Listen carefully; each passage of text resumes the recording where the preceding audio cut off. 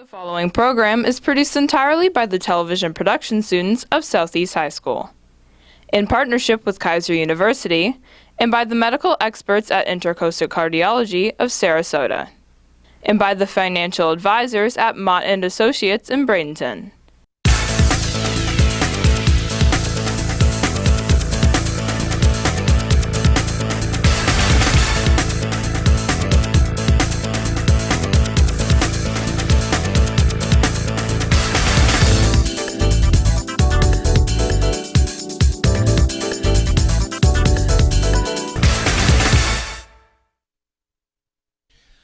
Live from Southeast High School in Bradenton, Florida, SCTV and Southeast High School Sports presents Southeast Seminole Football.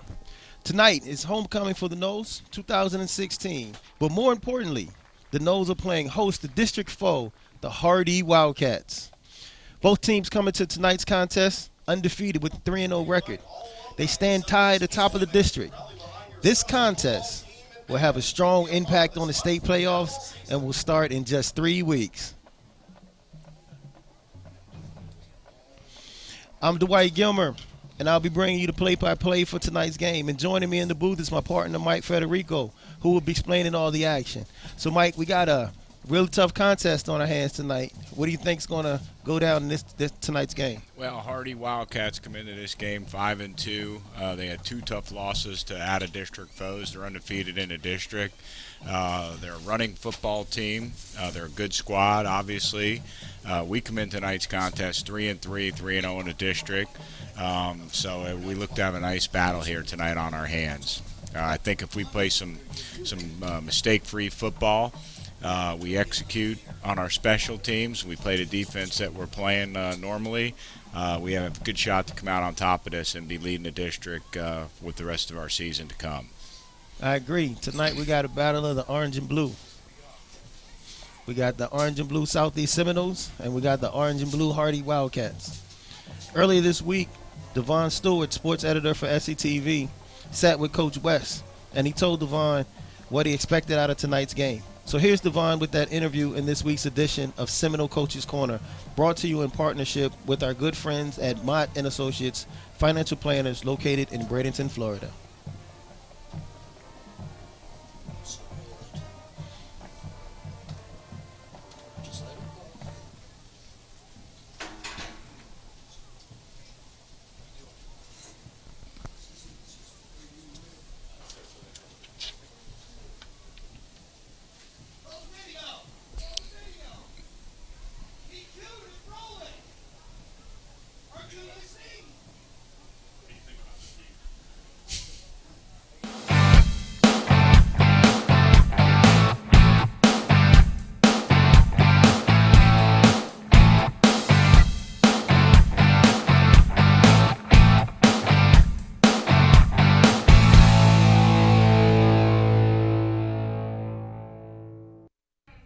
Hello, and welcome to this edition of the Seminole Coach's Corner, brought to you in partnership with Maechtle Associates, financial planners located in Bradenton, Florida.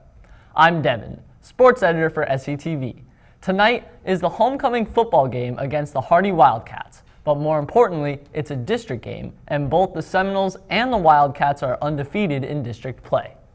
Coach Rashad West, our head football coach, is here with us in the studio to talk about the season so far and tonight's game.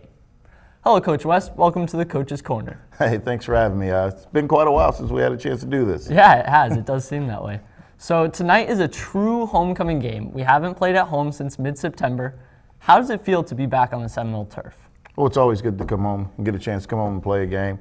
You know, we've been on the road here for the last couple of weeks, and you know, we've experienced some ups and downs. So it's great to get a chance to come back home and play in front of the home crowd. I can only imagine. Now, the Seminoles at this point are 3-3. That's our record, and we're undefeated in district play. Is this how we expected the season to turn out? Well, no, I didn't expect us to be 500 at this point.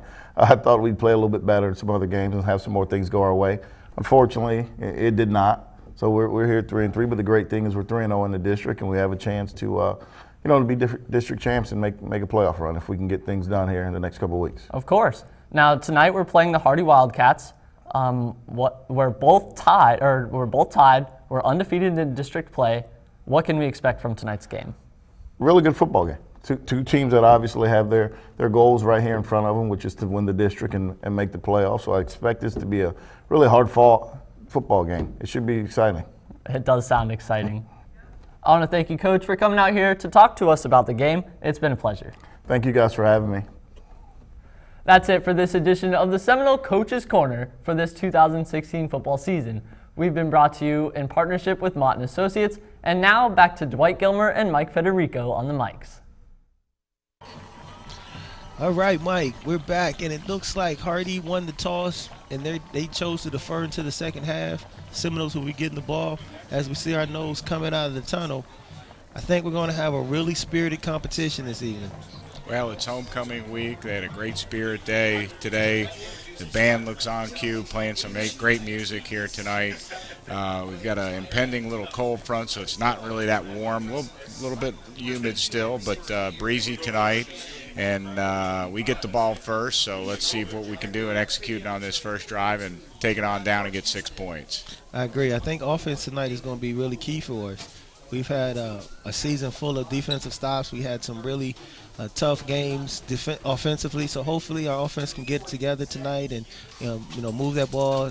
Let's go. Hopefully we can go down and score 6 points on the opening drive. That would be a magnificent way to start the game. Well, we've made a lot of plays on offense. That hasn't been the problem. It's been the mistakes. We have a high snap, we have a penalty, we have another penalty, we have the motion calls, the illegal procedures, all those things the whole year have shot us in the foot on these drives. So we've had a lot of big plays. Alex throws a really nice spiral, nice tight spiral. He throws the ball hard. He's big. He can see back there. But we just need to execute our game and limit the mistakes on offense, and I think we'll be all right. I agree.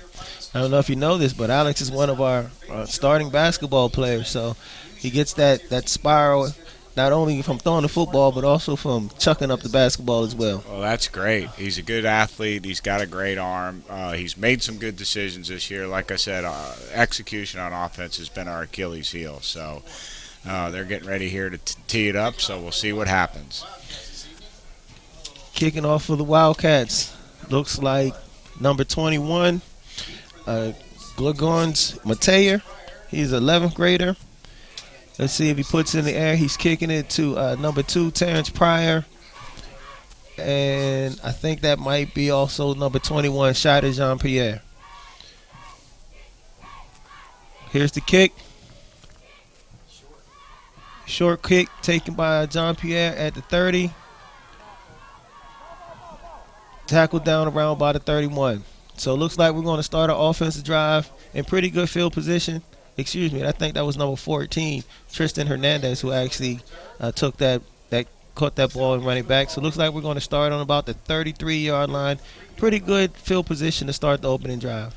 Yeah, that's excellent field position. He caught that on a run and really didn't get a little gap in there to wiggle through. But if he could have broke that for some yards. So let's see what we come out and do here. It looks like Hardee's got some size on the defensive line. And looks like they're going to play a 4-man front. No, 3-man front. So they're running traditional 3-4. So we'll see what happens. 1st and 10 from the 33. Alex Taylor's in the shotgun. Ball's over his head. Has to fall on the ball down around the 19-yard line. There's those turnovers or mistakes that you talked about, Mike. Yeah, I mean, he's 6'5", and that was a snap that was well out of his reach over his head, so that just cost us about almost 15 yards right there, and we can't have that. Yeah, we're going in the wrong direction. Hopefully we can get this settled in. Now we have second, and looks like about 20 or so. Yeah, even more than that. Quick out to number 2. He's got a good gain on second down. Almost back to the original line of scrimmage. Yeah, it looked like Tyler Stevenson there caught a little bubble screen, and if he gets up and gets his giddy up a little quicker, he could have broke that for a lot more yards. Yeah, Tyler's one of our leading receivers. He's a good kid. We had a chance to talk to him throughout the day. So hopefully, like you said, he can catch one of those and break one long distance. Now we're going single back. We got trips right here to the right, so looks like we're going to come out and throw the ball. Taylor in the shotgun, 3rd and 14. Here's the snap. He's trying to elude the tackle, was not able to, sack down at the 20-yard line. Yeah, number 42 blitzed in there, and we held him off a little bit. He's got to pick that blitz up and see that blitz and get rid of that football so we don't lose that yards. He tried to move out of the pocket there, but he got tripped up, so we got a punt. That is not how we wanted to start our first drive. Now that snap over the head, I tell you, it burned us, cost us 15 yards. So let's punt it, get it out of there, and play some defense.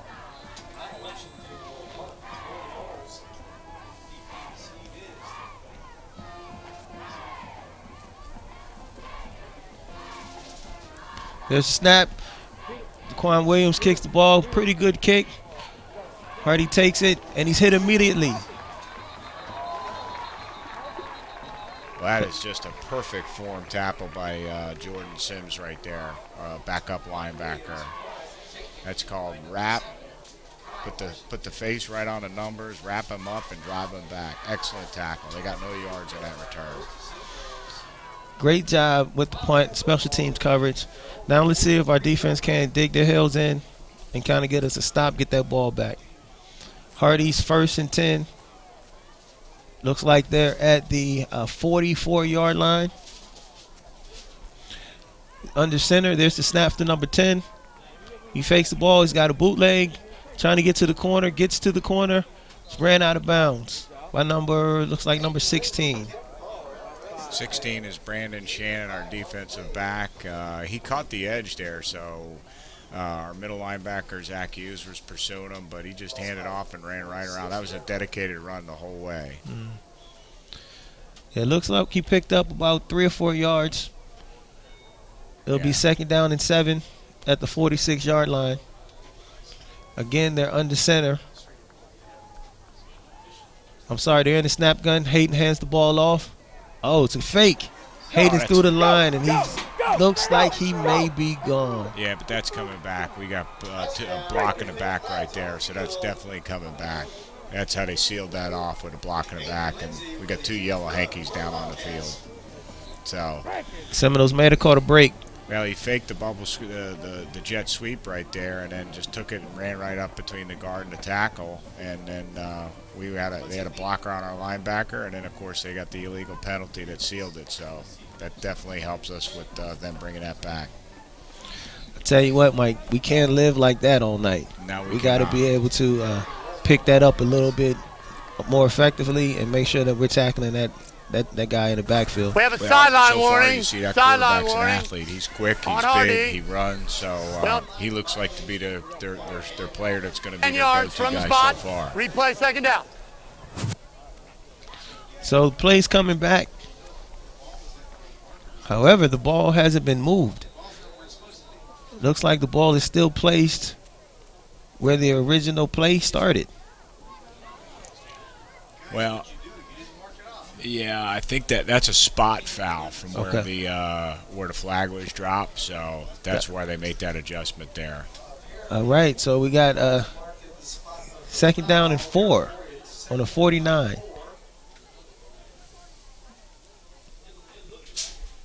Looks like jet sweep. It's caught in the backfield. Host of Seminoles are there. Yeah, that's a great play by Jonathan Locke, senior linebacker. Fantastic play right there. They recognized the jet sweep, the quarterback handed it, and they were all over it. So it gives them a 3rd and long situation here. Hopefully we can get a stop here and get the ball back. Now, Coach is rotating in on the defensive line already, so he knows it's going to be a running game. He wants to keep our guys fresh. Wildcats have the ball at the 46-yard line, 3rd and 7. Hayden's in the shotgun. He drops the pass, throws it. Looks like the ball is dropped. Seminoles caught a break. That ball was in that receiver's hands. Yeah, they ran a little dig route there to the outside, just on the other side of the marker. Would have picked up a first down. A quarterback delivered a nice pass there, but they dropped it, so we'll take it. 4th down and 6, and they got a kick, so we'll take it. Looks like number 12, Damian Rodriguez, will be playing, and he'll be kicking to number 3, Tyler Stevenson. Hopefully we can get a good return and get some positive field position. It's a low kick. Stevenson lets it go. Then he picks it up. He's around the corner. Knocked out of bounds. at about the 29-yard line. That was a dangerous play there, and then he paid for it. Their number one, Sherry Lee, delivered a blow and just flattened him over there on the other opposing team sideline. That was a dangerous play with our men standing right there in front of him, but he picked it up and advanced it a few yards, so no harm, no foul. So what do you think we need to do differently on this second drive to kind of get some positive yards? I mean, we came out in the split formation, with 2 wide on each side.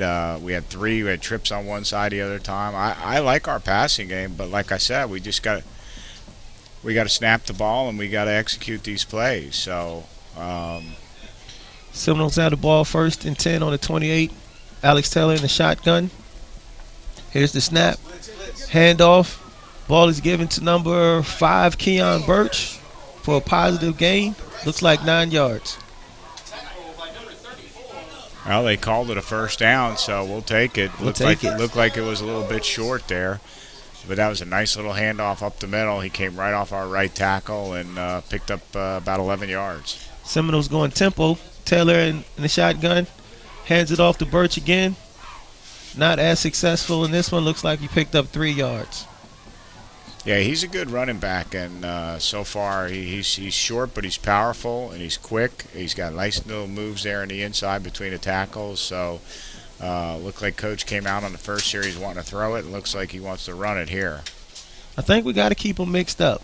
We got to keep them guessing a little bit. 2nd and 7 at the 41.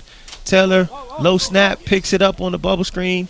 Was able to get it out to Stevenson, and he took a nice shot. Well, yeah, we got caught for a block in the back there. Number 12 of ours, Bradley Chisalis. Yeah, he got caught on a block in the back there on the outside of that little bubble screen, so that's going to cost us.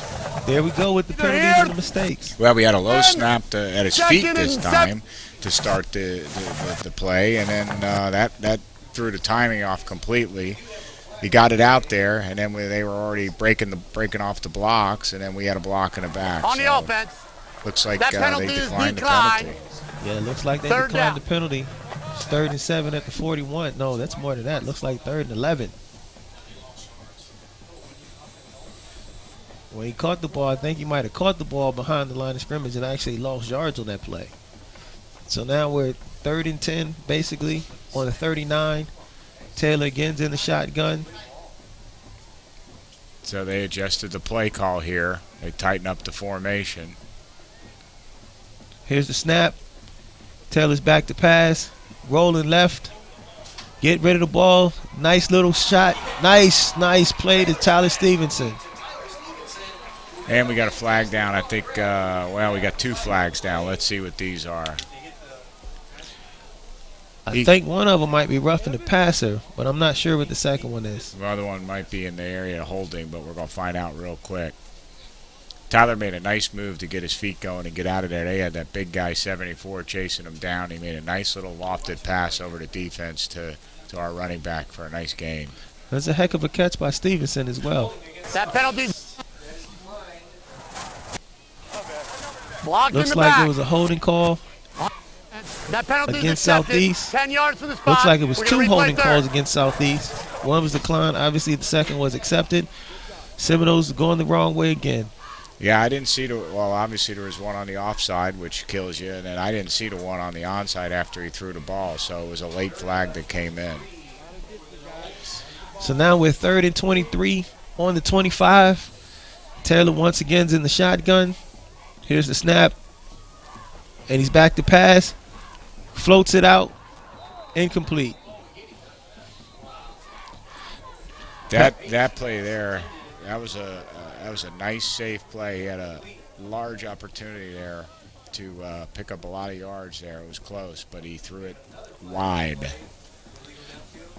Yeah, I think if he could have got that over and got it in his hands, he might have been able to pick up some yards. I don't know if he would have got the first down. But there was a flag on the play. Yeah, they declined it and took the play. It was a legal man downfield, so one of our guys, our offensive lineman, was off the line of scrimmage. So we'll be punting again. Daquan Williams is back to punt the ball away. He's getting a lot of work early in this game. Not on defense, on special teams. Yeah, 2 series, both, like I said, mistakes. Got to eliminate them. We've got the players to make some plays here and move the ball. Here's the snap. Punts away. It's a low line drive kick. Bounces out of bounds just about the 35-yard line. It definitely took a Seminole bounce. Yep, that was a favorable bounce right there. He didn't hit that one real good. That was a little knuckleball that came out of there, but we'll take it. Probably about a 35-yard kick it wound up being. So we're not in that bad of a position here to hold them. They got to work the ball down the field. So Seminoles are back on defense at the 36-yard line. Hopefully we can get another stop and get the ball back. Let's see what we can come up with. Hardee Wildcats on the ball under center is number 10, Hayden. He's handing the ball off. Number 3 makes it through the line, tackled in the second level. This just straight zone block and 2 tight ends there, tight formation. Ran it right up the middle. There's a big hole there. Luckily we had some good fill by our defensive backs to stop that. They could have gashed us real good there. That's a 7-yard run by Jaquavius Kimbrough, senior running back. Hardee Wildcats back over top of the ball. 2nd and 3 at the 42.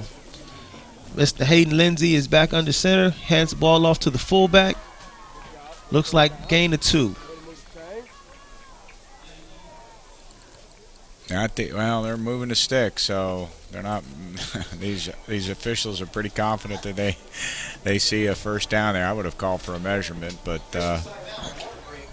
so there's a first down for the Wildcats. Well, that's our first official timeout for a water break. And while they're breaking, let's acknowledge some of our sponsors. We're proud to announce that Kaiser University of Sarasota is once again a business partner with SCTV. This is the 12th year that Kaiser has supported the television production program of Southeast High School. At Kaiser University Sarasota campus, you can get the training you need to pursue a new career in the fields of business, criminal justice, education, healthcare, information technology, law, and much more. They offer associate's, bachelor's, and graduate degree programs. Their Sarasota campus also offers a culinary arts and a baking and pastry program. You can find out more about what Kaiser has to offer simply by going to their website at kaiseruniversity.edu. Well, here we are back on the field. It's first down, so let's see what they got. They got 2 receivers down here on the onside part of the field. Hayden Lindsay's over the ball. Here's the snap. Hands off to number 7. He's around the corner. He turns the corner. Looks like he stopped after a game about 8. Yeah, that jet sweep again out of that formation, that slot formation. So he picked up a decent amount of yards. He scoots around the end, and then we had good closure by our safety and our cornerback. But we gotta tighten up that end right there. I was gonna say we gotta do a better job covering that edge. Somebody's got to set that edge. That defensive end has to set that edge and not let them get around that corner. Hardee's coming back up again. Now Mr. Lindsay is under the ball. Our formation. Hands off to the tailback. He's through the line. Number 3, Jaquavius Kimbrough again. Looks like he picked up a first down. Yeah, nothing but just a little run straight up the middle there. Made a nice hole there between the guard and the center. And he picked up 5 or 6 yards. Right now, it looks like Hardee might be controlling the line of scrimmage. And if we got to do a better job there if we're going to stop them at all. Here come the Wildcats again. He's under center. Mr. Lindsay is under center. Drops back to pass. He's got a man, middle of the field. Looks like he dropped the ball, though. Yeah, he was open. Number 14 for them was open. It was good protection in the backfield, no rush, and boy, that's an event that helps us because that hit him right in the breadbasket. We keep getting pretty lucky so far this game. So far we are. So far we are. Was there a flag on the play? I didn't see one. Okay. Yeah, I didn't see one. I thought I did. I thought they were moving the ball, but I guess not. So with the incomplete pass, that brings us to 2nd and 10, ball on the 42. Quarterback's under center. Here's the snap. Hands the ball off to the tailback. It's coming through the line. Looks like number 34. Yeah, just a little up back play there off the tackle. We closed it pretty good. They picked up about 4 yards, so it's going to leave them in a 3rd and 6, 3rd and 7 situation. Here's where we got to really tighten up and close them down on this one. This might be 4 down territory, though. Well, let's see if the Seminoles can get a stop.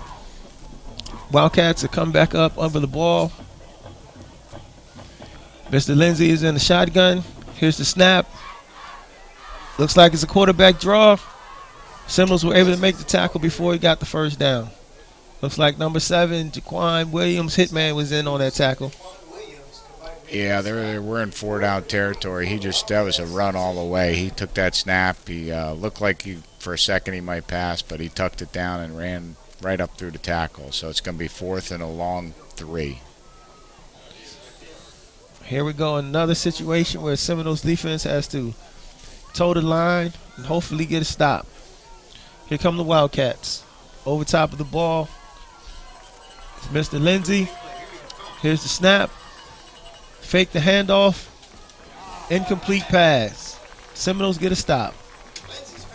Yeah, they were just trying a little flat route there to number 3. We were on it the whole way, and that was not a good pass by their quarterback. Threw it high, and even if he had hit him on the numbers, we were going to make the tackle and I think leave them short for the first down. So nice play there, nice defensive series. They drove the ball a little bit on us, but we stopped them. So let's see if we can get our offense untracked here and drive the ball down and get 6. I think, like you said, if we can get a series where we don't have any mistakes or any penalties, we might be able to move the ball. So far, we got a defensive struggle, defensive battle on our hands with 3:46 left in the first quarter. Seminoles on top of the ball on the 35-yard line, 1st and 10. Alex Taylor's in the shotgun. Let's see what the Seminoles can come up with. Here's the snap. Fake handoff. The throw to number 2 to Terrence Pryor. Looks like we got a gain of about 4 yards. Yeah, that little inside screen, they was shut down right from the beginning, but he's a tough kid. He fought for that 4 or 5 yards there, so we'll take it. And Pryor's a senior, and he's come up through the Seminole ranks. He's a real good player, great kid. Taylor on top of the ball again. Here's the snap. Here's the flag out to Holly Stevenson. He's got a block, and he's coming. He's fighting for yards. Very close to the first down. Yeah, that's close to the first down. I hear the coaches next door banging on the floor. He's got to get up quicker and run that straight ahead, go north and south much quicker there instead of east and west. I like the tempo that the Seminoles are playing with. Hopefully we can turn this drive into some points. Well, short passing game. Alex is delivering on these short little screens, these bubble screens. So far it looks he's looking to have a good night. So here's the snap. Low snap. He picks it up. It's out to Pryor again. Tackle short of the first down. See, that right there is what I'm talking about. That just killed the timing of the whole play. You know, the snap is down at his feet. He's got to go down. He's got to get it. Then he's got to stand up. He's got to deliver the ball. And by that time, they're off our block, and they're wrapping him up for a 2-yard loss. Can't have those snaps like that. And excuse me, the previous play looks like Stevenson got the first down. We lost 2 yards, so now we're 2nd and 12. Ball's on the 43-yard line. Here's the snap to Taylor. Fakes the out. Tackled in the backfield. Yeah, I think that was Alex on his own fault. His eyes were a little bigger than his stomach right there. He didn't secure the ball and dropped it, and that blew up the whole play. So we're going to be about 3rd and 20 here. Hey, Mike, I hate to beat a dead horse, but you said at the onset, the negative plays, the mistakes, and turnovers are going to be key to this game. And so far, the Seminoles have not had a clean drive yet. No, we've got players that can make plays, but we just got to clean this football up. And here's the snap. Taylor fakes the handoff. He tackled the backfield, fumbled the ball. He was not able to fall on top of it. It looks like the Wildcats have the ball. Good job, Randy.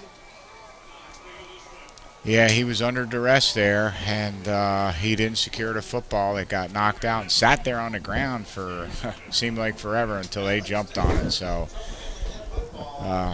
Now we've put our backs to the wall here. Ball is on the probably about the 25, 26-yard line. They're going to try to take it in right here. We've got to have some stout defense and stop them. So once again, the defense is called on to make a stand. Wildcats are coming up to the ball. Mr. Lindsey's in the shotgun. Here's the snap. Hands off to looks like number 7 up the line. Tackle for about a 6 or 7 yard gain. Yeah, they were in that tight formation there. They had two receivers and then 3 in the backfield, and they just ran that ball straight up the middle there and picked up about 5 or 6 yards. We got to get off the ball a little bit quicker on defense. We got to get into that backfield and try to make a negative play. We need somebody on defense to make a play right now. Wildcats are coming up to the line. Here's the snap. Once again, handed off to the tailback. He's through the line. Tackle looks like for a first down right around the 15-yard line. Excuse me, right around the 10-yard line. Yeah, they're dominating between the tackles right now and having their way. Just created a little crease there. He ran right through it, and then he was at the second level. So it's not looking good right now, guys.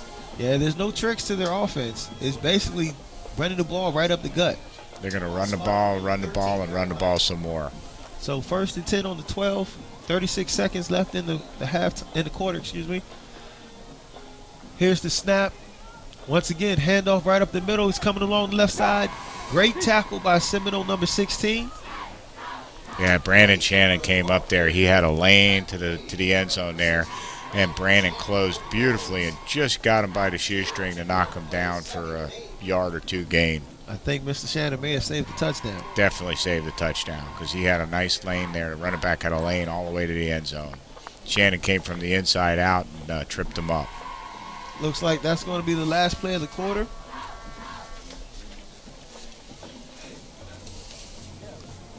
And while the two teams regroup, let's acknowledge another one of our sponsors. For the 3rd year in a row, Maechtle Associate Financial Planners are industry partners of Southeast TV.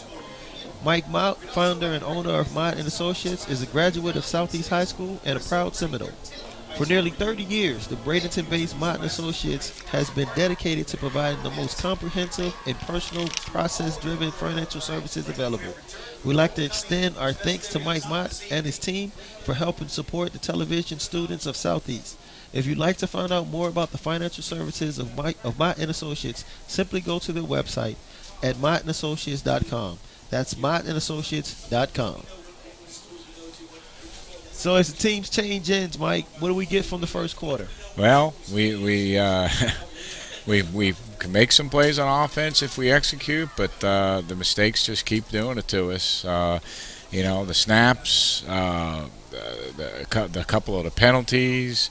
It just continues to shoot ourselves in the foot and put our defense on its heels. So the fumble there, the turnover, we can't have that. We got to play mistake-free football. We got to execute these plays. We got to get the snaps back to the quarterback. If that's going to be our offense, snapping the shotgun back to the quarterback, we got to get the center to deliver the ball back there for him. So can't have it too high, can't have it too low. It kills the timing on the plays. Hopefully we can shut them down here and maybe hold them to just a field goal. Well, the Seminoles have their backs up against the wall right here to start the second quarter. It's 2nd and 8. They're on the Wildcats are on the 10-yard line. Hopefully we can get a couple stops, at least on 2nd and 3rd down, hold them to a field goal attempt, and get the ball back and try to get our offense on the field and get something going. It's tough right now. Defense has been on the field for a long time. Yeah, and they're not rotating like they did to start the game. So we've got our big guys up there. They've got to keep their area and keep their gaps there up in the middle and keep their integrity and not let them move the ball through the tackles. So as the second quarter begins, again, Wildcats have the ball at the 10, 2nd and 8. Here's the snap, handed up in the middle again. He's stopped by a host of Seminoles. Yeah, that was better integrity on the line right there. Number 21 for us and number 22, Schneider, Jean-Pierre, and then Tariq Houston. Excellent tackles right there. Looks like the ball carrier was Mr. Kai Washington for the Wildcats. Again, met by a host of Seminoles. We're going to have to make sure we maintain that integrity, like you said, because they're running the ball. There's I don't think there's any question about it that they're going to run the ball. They've been very successful at it. So here's third and 8 at the 10. Let's see what they do. They might pass the ball. It is a pass. Drop back by Lindsey to the corner. Looks like that was out of bounds. Oh, they called it in. It didn't look like he got his toes in from here. But touchdown by the Wildcats. Wow, I don't know what to say there. Our guy 24 was very relaxed in that throw that just went right over the top of his head, right to the corner. He recognized the play, but really didn't pursue it. And somehow, some way, he came down with the ball there, and I guess got 1 foot in ground on the inside inbounds. Unfortunately, we don't have the availability of instant replay this week. I would have loved to see that play again, because from here it didn't look like he got his toes down. No, I would have loved to see that play again also. Here's the kick for the extra point. Kick is up. Kick is good. Wildcats take the lead at the beginning of the fourth quarter. They're now up 7-0. 11-12 left in the second quarter. Seminoles got to come back on offense and get something going. Yeah, we got to execute. So let's see what we got. We gave them 7 points there. So now let's see what we're made of. Let's get the ball back. Let's drive it down the field. Let's put some points on the board to match what they just did. That's been our problem all year is giving up field position, giving the ball to the other team, turning it over, giving them a short field, 30-yard field, less than 30 yards right there for them to score, and they took advantage of it. If the other team is going to give you the gift, they're going to take it from us. So we got to quit these mistakes and play some good, clean football. I agree. It's like my grandmother used to say, you can't allow people in your kitchen and not expect them to eat. That's exactly it. And that's exactly what we're doing. We're giving them the ball on the 26. It's not going to be too difficult for them to, draw that in and get points. No, and they've got a nice running game. They've got some nice people up front that are putting their bodies on our guys and creating some space up there to run through those gaps in the tackle and guard area. So let's see if we can rebound here and drive it down. We need a real good kick run back here. Got number 3, Tyler Stevenson, and number 2, Terrence Pryor in the back to receive the kick. Hopefully we can get some positive yardage. I would love to see one of these guys break one right here. Here's the kick. The ball is up. Looks like Stevenson's going to have a chance. He catches the ball right about the 18-yard line. He's through the middle. Nice little run, but he's stopped by a host of Wildcats right about the 30-yard line. That was a nice, tough run. It was a little pop fly kick down to about, the 15-yard line or so, and he caught it and advanced it a good 15 yards. So we've got good field position here. Now let's see what we do with it. Let's see if the Seminoles can bounce back. So we gave them a short field. They got some points out of it. Now we gotta bow up a little bit. We gotta get aggressive and like you said, play mistake-free football. Hopefully we can take this thing down the field and get some points on the board. So we have the ball on the 31-yard line. 1st and 10. Alex Taylor in the shotgun. We got 3 receivers to the right, 1 receiver to the left. Let's see what we can do. Here's the snap. Ball's up. Taylor's throwing the ball. Quick out to looks like number 2, Terrence Pryor. He's turned the corner. He's turning up. He's down the sideline. Knocked out of bounds about the 45-yard line. Yeah, that's a nice play right there. It looks like he got ridden out of bounds by their man, and I'm not sure why they didn't throw a yellow hanky there, because he locked up and rode him all the way to the bench. It looks like one of the Seminole cameramen got taken out. He is one of our favorite. He takes pictures of every and anybody around the schools. One of our favorite cameramen. Hopefully he's okay. Looks like he's shaking it off. Looks like he's a little dazed, but he's trying to shake it off. He's a Seminole, so he's got to be tough. That's right. So back to the field. 1st and 10. Looks like we're on the 43-ish. Taylor with the snap. Fakes the handoff. He's rolling out. He's got a man tipped up. Number 9 caught the ball off the ricochet. Great concentration by number 9, Stephen Amato. He's out of bounds. Looks like at about the 35-yard line. Alex made a nifty move up there to avoid the defensive end, and then didn't spot the linebacker. Went right off the linebacker's hands and right to Amato's into his hands for a nice gain. Seminoles at the line. 1st and 10 at the 34. Taylor gets the snap. He's through the line. Takes a hit right about the 32. Looks like he gained up about 2. Yeah, a little option look there that we haven't shown all year, and Alex decided to keep the ball and picked up a couple yards. I'm a little bit surprised at that play. I hadn't seen that one come out this year.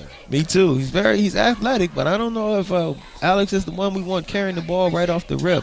I feel like we get that ball in the running back's hand and see if we can't turn the corner. 2nd and 8 from the 32. Here's the snap. Alex is back to pass. He heaves it up. He's got a man. Looks like the ball is out of bounds, incomplete.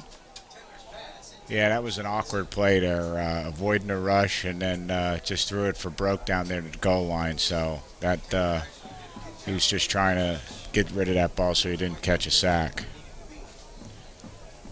So 3rd and 8 at the 32. We really need to sustain this drive and get that thing in the end zone or at least for a field goal attempt. This is a good opportunity for us to get some points on the board after that great run a few plays ago by Terrence Pryor. Let's see what we can do on 3rd and 8, ball at 32. Alex Taylor's in the shotgun. Here's the snap. Here's the pass. Nice defensive play by number 7. And thought number 9, Steven Amato, had the ball, but number 7 from the Wildcats made a pretty good play. Yeah, let's see what this is here, this flag here. If this is that's a roughing a passer call there, so that's going to give us an automatic first down. Alex delivered a nice ball there. Our number 9, Steve Amato, could have caught that ball. He didn't, but we'll take the penalty and we'll take the first down. You know, sometimes it's better to be lucky than good, so we're going to take the penalty on this occasion. Keep the drive going, sustain the momentum. Gets us a little bit closer to pay dirt. Hopefully we can get it in the end zone. Moves that ball all the way down about the 16 or 17. So let's see what coach decides to call here. 1st and 10 at the 16-yard line. Here's the snap. Hand off to number 5. Keon Birch makes a nifty move in the middle of the line. Gains about 5 yards. Yeah, he got through and then cut that up the middle. I think if he busts that to the outside, he might have scored there. But still, nonetheless, a nice 5 or 6 yard gain. 2nd and 5 at the 11. Let's see what the Seminoles can come up with here. We need a play. Here's the snap. Taylor gets the ball. It's a pass. Oh! In and out of the hands of number 12, Bradley Chiselis. Yeah, that was a little skinny post right there. Number 7 was right with him. Good defense right there. Alex delivered a nice ball, but number 7 knocked it down right as it was incoming to our number 12's hands. So I gotta say that number 7 for the Wildcats is a pretty good player. Yeah, offensive running back, defensive back on defense. He's made a couple nice plays. Yeah, he's an athlete. 3rd and 4 from the 11. Here's the snap. Ball, nice thrown ball, but in and out of the hands of the receiver, number 2, Terrence Pryor. Yeah, that's a shame there. It looks like we're going to have to kick the field goal, but he was open. The ball was there quickly as he made his break to the outside, but that could have been caught. Yeah, that looks like an opportunity missed. Here's the field goal attempt, number 78. Julio Martinez is going to try to get the Seminoles on the board. Hopefully we can get these 3 points, build some momentum, get another stop, get the ball back. Now about a 28-yarder, 27, 28-yarder, so this is makeable. This is well within his range. Julio's a senior. He's also a soccer player. So the kick is up. Looks like the kick is good. Outstanding job by Mr. Martinez. Seminoles on the board. 9:22 left in the second quarter. Score is now 7-3. Well, we'll take it. You know, that's not a touchdown, but we did drive the ball. We had some nice plays. Of course, we were helped by their penalty to roughing the passer, but sliding that ball through that left upright, giving us 3 points on the board, we'll take it. Gave our defense a little break to get some water and catch your breath on the sidelines. So let's see what happens here. We could use a nice turnover, let the defense force something here, but let's play some more ball here with about, 9 minutes left in the first half? Excellent. Hopefully we can build some momentum off that. Like you said, we had a nice sustainable drive, helped out by the penalty, but if we can take that and build upon it, Looks like we got a pretty good game on our hands. Yeah, we can move the football. We've got players. We make some offensive plays. You know, we got some nice screens and some nice misdirection plays. You know, Alex throws a nice ball, but we got to limit the mistakes. We got to catch the ball, and we can't commit any penalties. So let's see what happens. So number 74. We don't have a 74. We don't have a 74 in our program. Number 74 is going to be kicking off. Looks like he's going to be kicking off to, there's that man again, number 7, Kai Washington. Looks like he's doing everything for the Wildcats. Hopefully, like you said, we can get down there, get a stop, maybe get a turnover, get the ball back quickly. Short kick, actually fielded by, looks like number 1, Sherry Lee. Yeah, and our number 7, Dequan Williams, there was a streak coming down the field and just leveled him, wrapped him up, and threw him right on the ground. Fantastic play by him. That's why I call him the hitman. Oh, he's definitely a hitman. He was streaking. He looked like a bullet there coming down the field. He had his eye on the running back, the guy with the ball, the whole way. Yeah, Daquan's one of our leading defenders. 11.5 sacks this year, 26 tackles for loss. So he's definitely going to be in the mix at all times. Wildcats on the ball, 1st and 10 from the 27th. Mr. Lindsey's in the shotgun. Here's the snap. Fakes the handoff through the middle line. He breaks through the second level. Tackled after a gain of about 7. Well, he faked that jet sweep and then just kept the ball, and we missed the tackle, the wrap-up right there on the line of scrimmage, and just let him get too many yards. So they're running the same plays over and over again. They're not, you know, real creative as far as throwing any new wrinkles at us. So it's the same 4 or 5 basic plays. So we've got to stop them. I agree. We got to be able to identify what's coming and react to what they're doing. Be proactive and not reactive. Wildcats under center. Handoff to the tailback. Good play by the Seminoles. Looks like a gain of maybe 1. Yeah, number 21 there, Schneider, Jean-Pierre closed nicely and made a nice tackle there. Going to leave them in a 3rd and 3 situation. So very nice play by our number 21. This is a big play for the Seminoles. We would love to get a 3 and out right here. Be able to get the ball back and possibly build on the momentum that we had on offense. Let's see if the defense can come up with a stop. Here come the Wildcats over top of the ball. Number 10, Mr. Lindsey's in the shotgun. Here comes the snap. Snap is up. Quick pass it out. Oh! Almost intercepted by number 16, Brandon Shannon. That one went in and out of his hands, Mike. Yeah, Brandon was all over that, saw it coming the whole way, knew they were going to throw that little out route there to their receiver, and almost looked like he wanted to knock it down versus trying to catch it, but he was all over it jumping that route. So that's a nice defensive stop there. We should pick up some good field position here. Let's see what happens with the kick, and then we're off and running again. Brandon's going to have nightmares about that one. I'm going to tease him on Monday. He had a pick 6. Yeah, that was 6 all the way if he caught it. Here's the punt. Low snap. Oh, very short kick. Stay away from it, guys. Let it roll. Let it roll. Great field position for the Seminoles. We'll get the ball back right about the 44-yard line. Hopefully we'll be able to build upon the momentum that we had on the last drive. With the 3 points, maybe we can get this one in the end zone this time. Yeah, that's what the doctor ordered there. That was a low snap, and that was a squiggly kick there. Only kicked it, about 20 yards, a little over 20 yards. So we got great field position to start this drive. Let's see what the Seminoles do with it.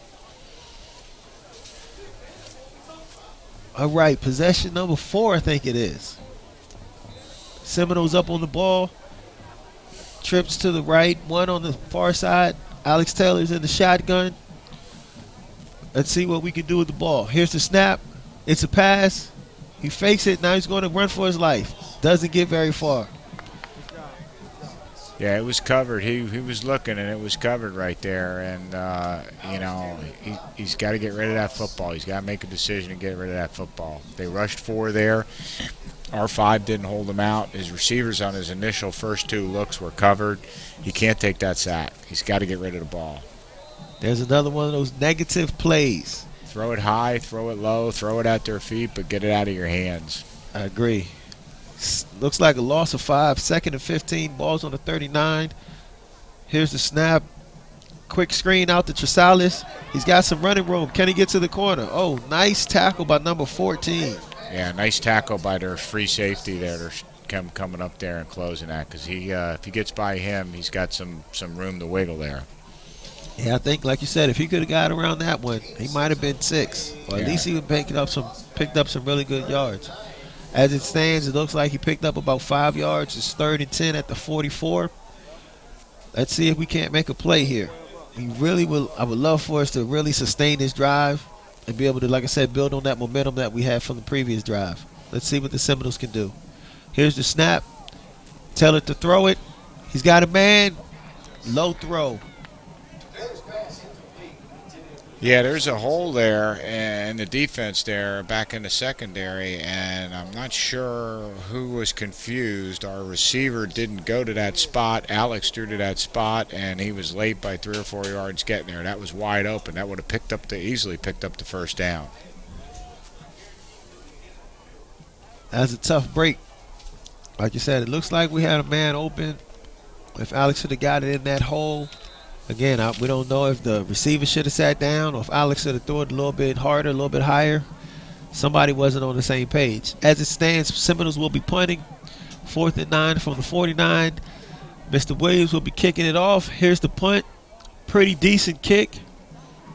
Hits one of our guys. It's down by number 24, Damon Poole. Wildcats will get the ball at the 20-yard line. Seminoles go back on defense. Well, we don't have replay, but that bounced off of our number 52's head, so I guess you can say that's using your head there. I agree. 6 minutes left and a half here. We got to come up with a nice defensive series to keep this game level where it's at right now. Yeah, we're still in it. The one thing I can say is at least we're fighting on defense. They're gouging us, but we're giving them gifts too. So now they're evenly matched teams. It's going to be who makes the least amount of mistakes here the rest of the game that's going to win this thing. So I agree. 3-0 in district. And they're running the same plays, so they run about 5 or 6 different plays. That's what they've got. When they go back to pass, you know when they're going to pass. So we should be able to defend. They're strong up front. They're creating some holes, but we should be able to defend these guys. And as we said earlier, both teams come in 3-0 in districts. This is for the top of the district and a potential spot in the state finals. Here's the high snap. Ball is handed off to the running back. Host the Seminoles are there to make the stop. Great play by the Seminoles. Yeah, he faked the Jets. They ran that jet sweep, and they faked it and just handed it off to the other running back, and our guys were in on that all over. So number 21 again, Schneider Jean-Pierre, making the tackle. Snyder's having a big game so far. He's been in on a lot of tackles. Hopefully we're adapting to some of the things that they're doing. It's like you're saying, they're only running a few plays. Hopefully we can start identifying that and getting in there and get some tackles for losses. 2nd and 10, handoff pitch to the running back. Tackled in the backfield. Great play by number 7, hitman Daquan Williams. Yeah, our number 16, Brandon Shannon, just shut the edge down, and our number 7 just closes like he does, and that was going nowhere. That was a fantastic play by Brandon Shannon, holding the edge right there on the block. Defense has put us in a pretty good position. 3rd and 14. Looks like they're on the 20-yard line. We should know what's coming. Hopefully we can make sure that the pass doesn't get off, and if they do get it off, tackle them before they get a first down. Yeah, smart football here. No penalties, no roughing, no pass interference. Wildcats come out with 3 receivers to the right. Here's the pass. Looks like it's a screen. Incomplete. Yeah, that's a screen, and they had that set up. The quarterback, though, lofted the ball, and our number 12 was fighting through 3 guys, and if he could have got through the 3rd guy a little bit closer, he had a shot to pick that ball off. That's Bradley Tresalis again. So that was a nice play by him. If they caught that, that was going to be trouble. Yep. I think Bradley did a good job snuffing it out, kind of reading it, like you said, fighting through and making it difficult to make the reception. Terrence Pryor is back deep to receive the kick, standing at the 50-yard line. Let's see if we can't get a good return and get us some positive field position. Here's the kick. Decent kick. Terrence has the ball. Round the right side. He's coming up the sideline. He's breaking to the out. Out of bounds about the 30-yard line. Great return by Terrence Pryor. Yeah, nice 25-yard or so return right there. He made a nice nifty move to the outside and then took it down the sidelines before they ran him out of bounds. Excellent return. Seminoles have great field position for this drive. Let's see if we can't turn it into some points. We have the ball 1st and 10 on the 33-yard line. Hopefully we can keep positive plays, not make any mistakes, and get this thing in the end zone. We need a big play here to go into the half. 4 minutes, 35 seconds left on the clock. Alex Taylor's in the shotgun. Hands the ball off to number 34, Latrell Peavy. Nice run by Peavy. Looks like he picks up about 8 or 9 yards. Yeah, that's the first time we've seen him tonight. He's a nice running back. Wonder why he hasn't been playing up till now, but that's a nice little run off tackle right there. Picked up a solid 8 yards. I know Peavy was hurt a few weeks ago. He had a toe injury, so you can see him limping a little bit. That might be the reason why he's not running the ball that much. But when he gets it, he definitely runs the ball very hard. Seminoles 2nd and 2 at the 25. Another handoff to Peavy. Through the line, 1st down. Great run by Peavy. Yeah, they just got him by a shoestring. He had some to the onside side of the field, the wide side of the field. It looked like he had a lane there, but he took it up the middle, and nice run holding on to the football and getting us the 1st down. Looks like he might be shaking that injury off. This is a big game, and big players do big things in big games. So hopefully he's come to play. He's ready to make some plays. Alex Taylor in the shotgun. Here's the snap. Another handoff to Peavy. He's through the line. Looks like he didn't get very much on that one. Maybe a yard. Now, big number 78 for them was a wall, and then their number 9 grabbed him and threw him down. So they fed him a little bit too much there, third run in a row. So let's see what they do here on 2nd and 9. 2nd and 9. Ball at the 30-yard line. 3 minutes, 21 seconds on the clock. As the half winds down, be a good opportunity for us to get some points on the board, go into the half with a lead. Taylor's in the shotgun. Here's the snap. Fake the handoff. Here's the throw. He's got a man. Missed him wide. Almost intercepted. Yeah, Alex was under a little duress there, but that was not one of his better throws. He threw it high. He threw it over Tyler Stevenson's head. He was inside position on the man, headed towards the goalpost there, and had position on him. If he would have delivered the ball, down in his core, he would have caught that for 6. Oh, looks like we have some movement from the Wildcats. Flags on the play. Let's see what the call is. All right, 5-yard offsides penalty. them. We'll take it. That's Offsides them. 3rd down. It's going to make it more manageable down and distance from 3rd and 9 to 3rd and 4. So we'll take it. Yes, sir. I Let's think see if we can't take advantage of the penalty. Yeah, I think he got him with a little hard count there. Changed his cadence a little bit, and two of them jumped off. 3rd and 4 on the 25. Taylor in the shotgun. 3 receivers to the left. 1 receiver to the right. Here's the snap. Handoff to Peavy. Gets through the line. Looks like a tough run. This might be 4 down territory. I don't know. That was a pretty safe call. I'm thinking he picks up the first Picks down. up the 1st down. Great job. Yeah. Great effort by Latrell Peavy. It looked like he got stopped behind the line initially. Well, he did, but you can't arm tackle him. He's a tough little kid, and he ran right through it, and he picked up the 1st down for us. 1st and 10 at the 10. Another handoff to Peavy. Hit behind the line. Yeah, coach is feeding number 34 the ball here. So he got whacked there at the line of scrimmage for no gain or a loss of a yard. So let's see if he comes up with something different here.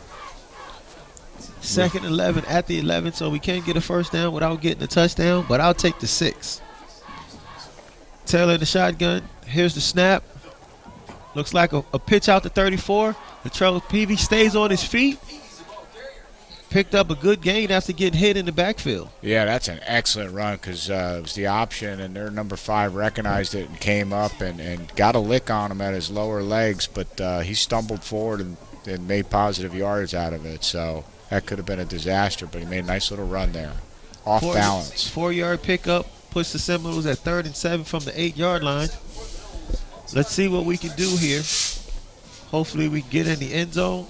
If not, pick up a first down. Alex Taylor's in the shotgun. Here's the snap. Number 2, Terrence Pryor's in motion. Oh, snaps over his head. Taylor falls down. Peavy falls on the ball. There's that green-eyed monster. Yeah, right there it is. It reared its ugly head. So it's almost like we're fortune tellers, unfortunately. yeah, it's you got to execute. You know, it's tough when that happens. It's 4th down here, so we're gonna punt it. You know, can't go and leave middle left. No sense in going with it on 4th down and leaving them, you know, when it's 4th and 40. So, Great. And that's just it's biting, it's shooting yourself in the foot, I should say, yep. because that was almost guaranteed at least 3 points. Here's the punt coming from DeQuan Williams, number 7. Pooch kick. I guess you would call it a pooch kick. Ball's out of bounds right around the 20-yard line. I'm glad we don't have replay for DeQuan's benefit because I think he almost whiffed on that and missed it. He was just trying to delicately hit it, and I think he actually almost missed the end of his foot with that football. So we'll take it that there's no replay tonight. Yeah, he's not going to want to see that one No. again. But I am going to give him some issues about it when I see him on Monday. Yeah, that's one of those ones when you get to the game film and you're running it back that the coach just keeps running it back with the clicker and everyone keeps laughing. Especially if we win this game. That definitely will be a laughable moment if we win the game. Wildcats over the ball. Looks like they're just going to take a knee and take it into halftime.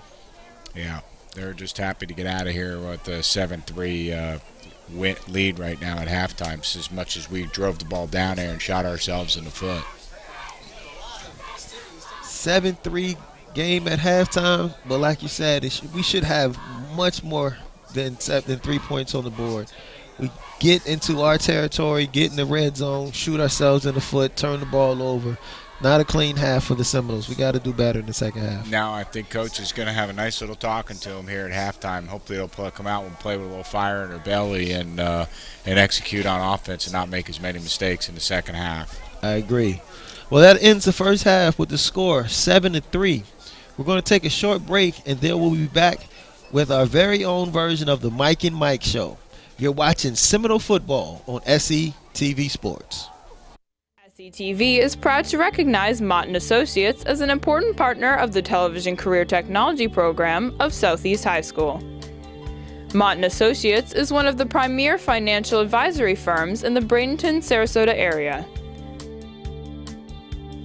The association is made even more special because Mike Mott, president and CEO of Mott & Associates, is a graduate of Southeast.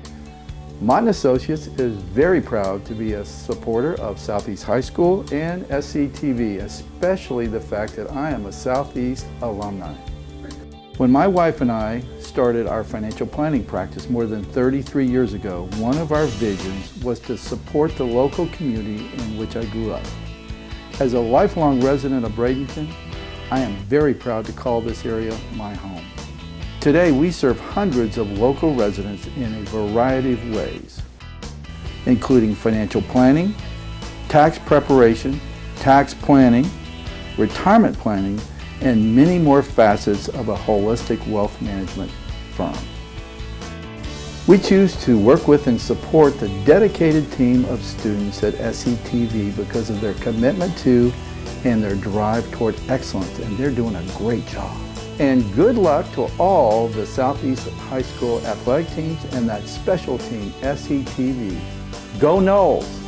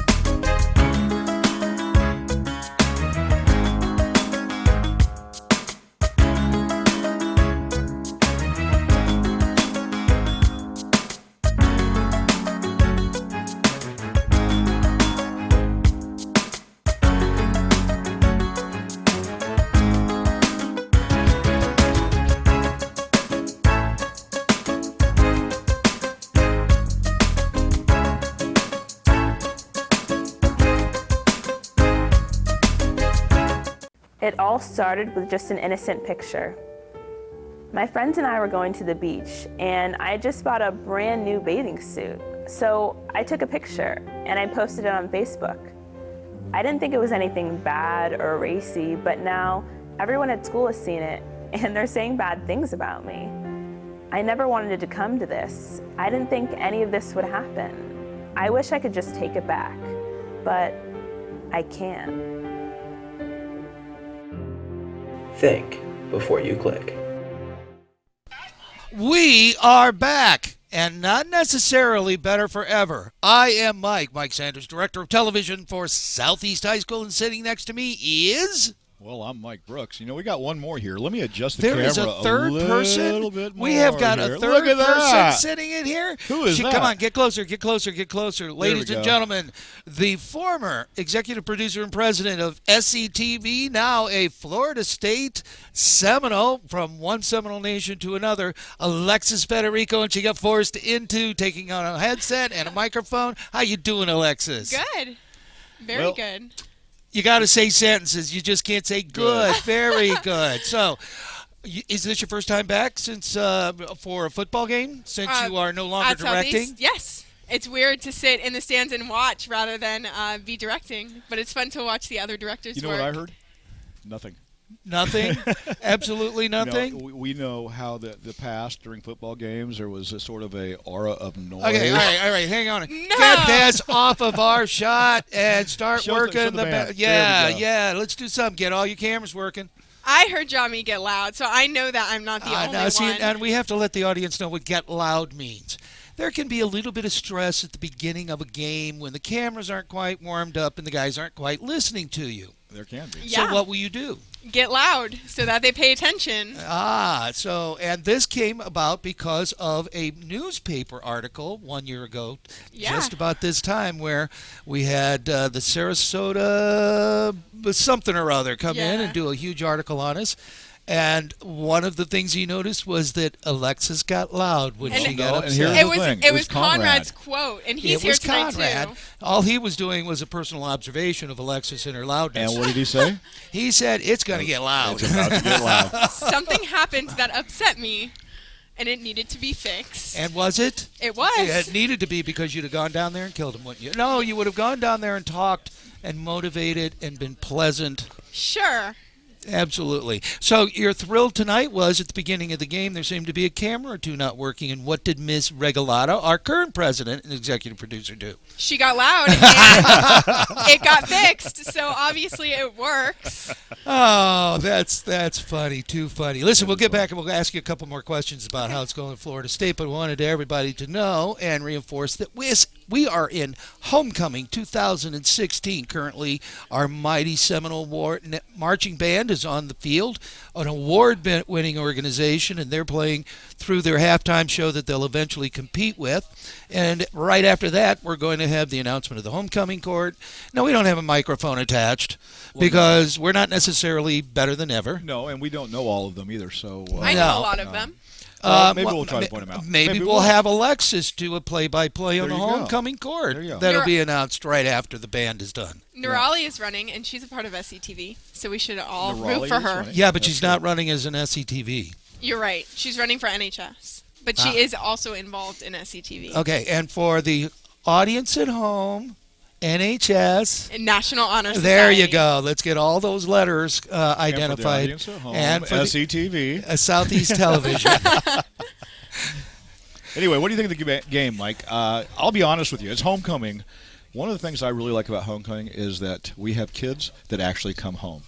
And I have been talking to so many of my former students that I really haven't been watching that much of the game, except for I seem to look up every once in a while and there's a really bad, long hike or some other mistake. And so if I can say that what I've watched of the game is like almost every time I look up, there's been a mistake. Yeah. From what I've watched, and I go back to the studio and watch it on the camera, watch it on what all the fans are watching on. That's right. It's sloppy. It is just sloppy as all heck. And maybe it's just their nerves. It's because of, but it's both teams. It's not just the Noles. No, because we're looking at a 7-3 game, and it's just really sloppy. Snaps over the head, lots of fumbles, passes being dropped that shouldn't be dropped.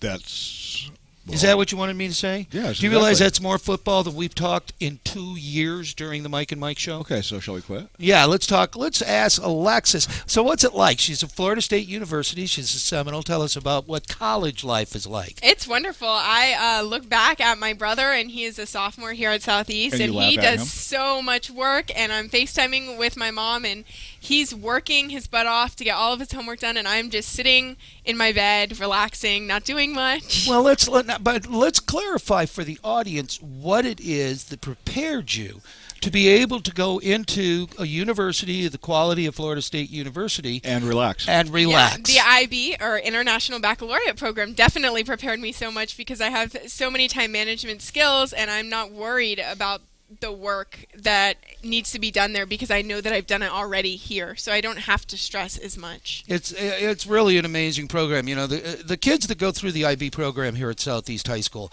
if I would have been in it, I'd have been nuts before the first quarter was over and out of it, because it's just an incredible amount of work. And what we try to tell the students is, yeah, you're learning a whole bunch, but the most thing that you're learning is time management, as Alexis said. And also how to work your butt off, because when it gets to college, it's going to seem like less work. Well, it is, and they tell you that college gets better, and for all the seniors who are doing college apps and working so hard to get the right grades to get into college, it does get better, and you will have it better, and it will be nice once you get there and you get to enjoy your college life and be social and go out and... So you party?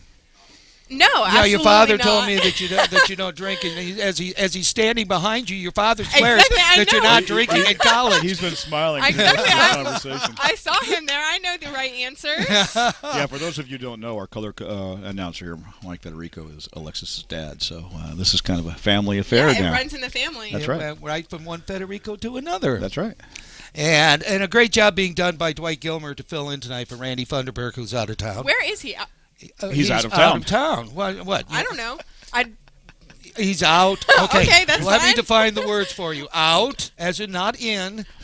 Of A little word. little word, yeah, and town. Town. Place which where you puts him live. Not here in the Not here. Thank press you. I box really right now. needed that.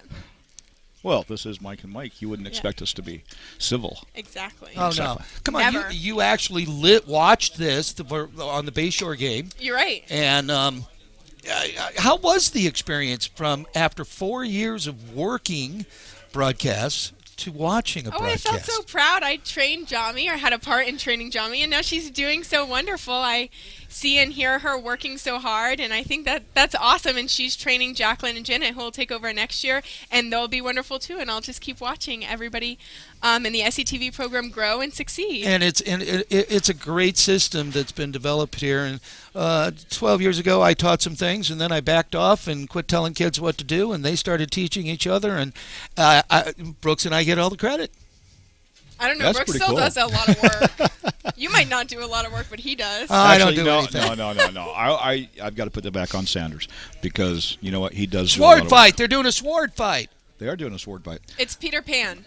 You know, I am really impressed. I have to say, this year with our band's performance this year, I think Miss Hatton has gone to the edge. This is a really, really, really good overall performance. Yeah, this one's very impressive. And, Not that the other ones weren't. No. But this is just fun. It's And- it's dramatic, and it's dynamic. Now, here's the one thing. A couple of weeks ago, Bayshore, we did have a text We had a text that they questioned were, about why this. Yeah. don't we just shut up and play the band? Exactly, and they didn't Mr. want to hear us. Brooks's response is, Well, basically, we are in a non-compete, if you will, with Miss Hatton and the band. Miss Hatton has an opportunity to produce a CD for the parents. She charges for that. If we were to show the band and all of its glory, what would happen is that she would no longer have a market for what she does, and we don't want to take that away from her. We don't want to take that away from her parents. We don't want to take away those memories. So we'll show the band, but we won't do the sound effects, only because we really, really do not want to if you will, disturb what she's trying to do. Yeah, what infringe she's upon. trying to accomplish, Exactly. because it's part of the fundraising of the organization. You know, and we respect that. And okay, one word, Miss Alexis, Hermine. That was crazy. I actually came home for that because the power went out in our dorm, and it got really, really hot because there was no air conditioning. Kind of like right now in the in the press box? But it was hotter than this, and it was pretty miserable. So I said I'm out, and I came home and it ended up working out because we had classes that were canceled for 2 days, so I didn't have to go back. I had a really long weekend, and it was nice to come back and visit, even though it had been really soon. And so actually it didn't feel like college had started until after that was over. So come to Florida. You get 4-day weekends because of the weather. Yes. Well, it was actually a 5-day weekend. Nice. Well, we have been having such a good time that we've talked a whole half minute beyond what we're supposed to talk. We're already at 2:27, and believe it or not, both of the real talents are standing right. Well, one of them is. The other one's down still filling his face because we are being serviced today by Chick-fil-A, and you just walk by, you just shove it in your mouth.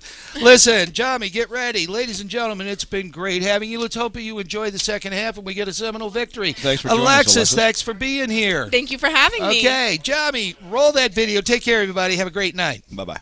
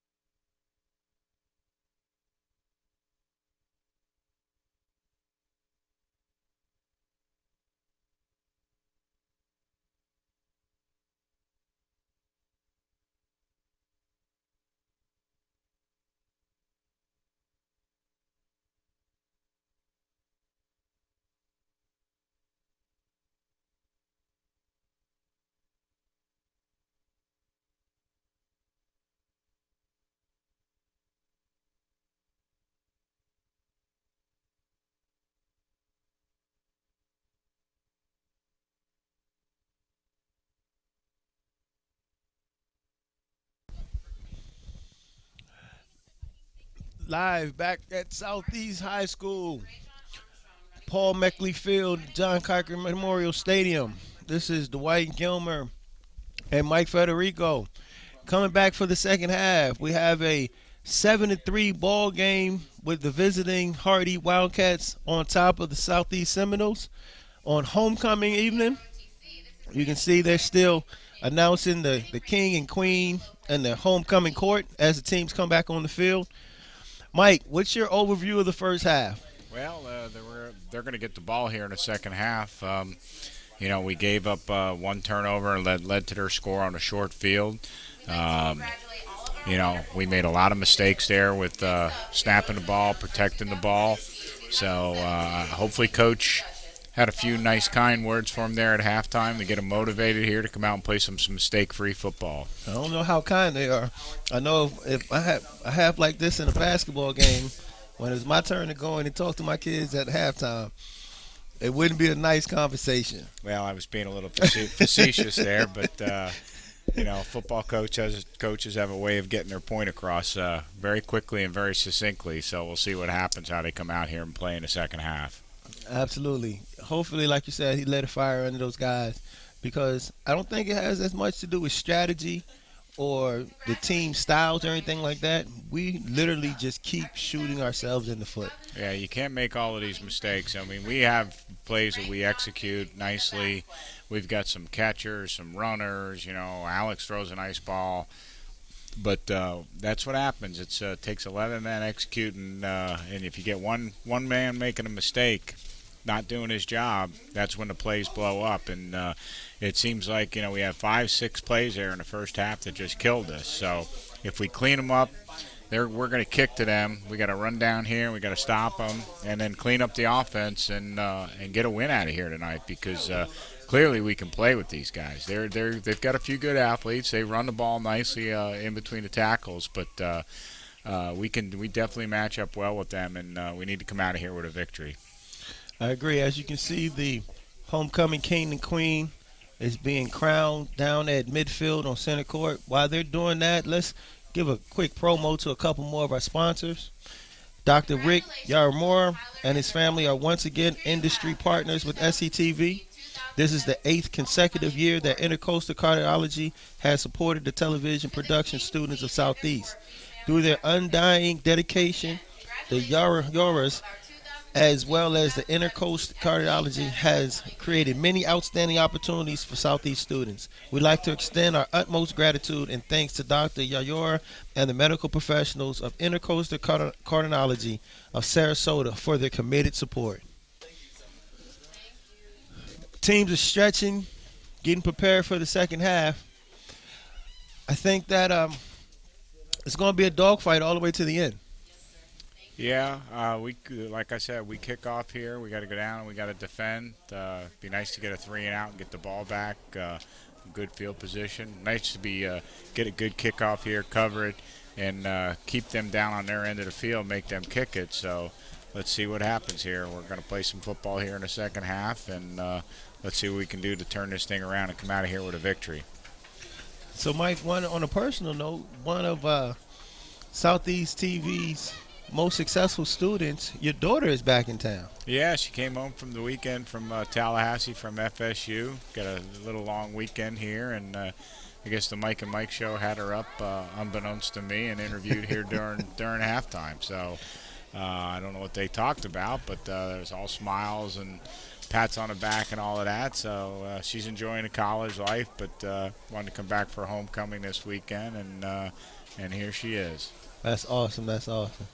She's a Seminole at heart, high school and college. That's right. So she's a Seminole now and up there in Tallahassee enjoying the beginning of school up there. So let's see what happens. Well, another one of our sponsors is the Boys and Girls Club, and we are pleased to announce that the Boys and Girls Club of Manatee County is providing an array of services at Southeast High School this year. Among these many programs are Music Maker, where students are taught how to produce their own musical product. Digital Arts Program, where students are taught to use technology and photography to produce various presentations. And Power Hour. This program provides after-school academic assistance and one-on-one tutor for any student needing help. These wonderful programs take place after school at Southeast free of charge, and transportation is even provided. There's even a supper program that goes along with that. If you have any questions, you should contact George Schreier at Southeast at 941-741-3366, extension 2024, or Travis Cochran at 941-741-3366, extension 2224.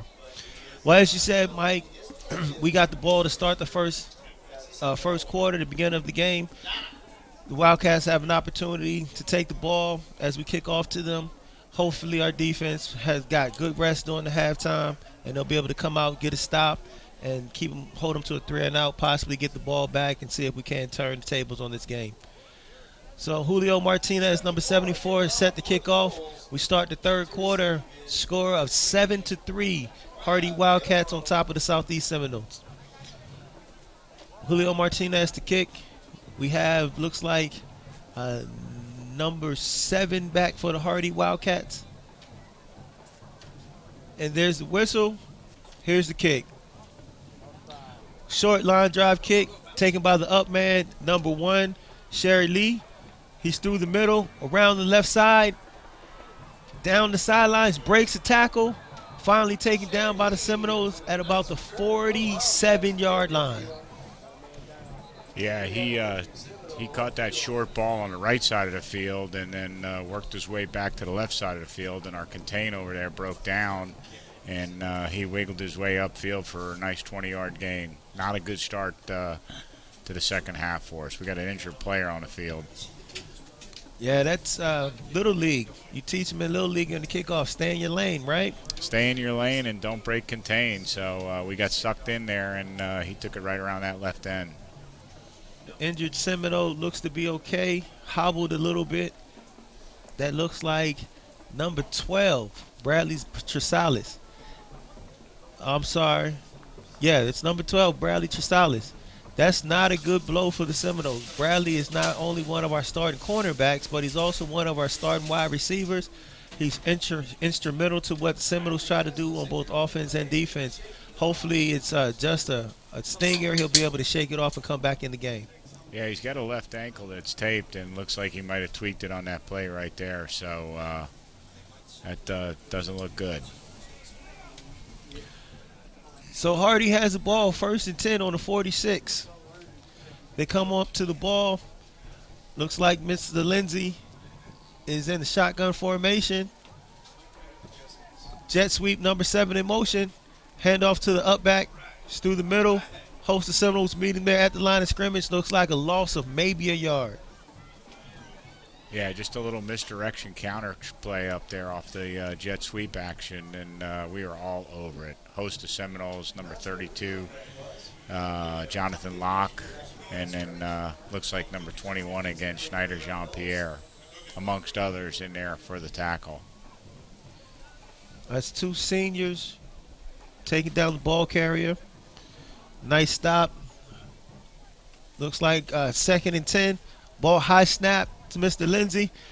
Oh, has the ball out to number 14 for a nice gain. Tackled by number 22 to Rick Houston.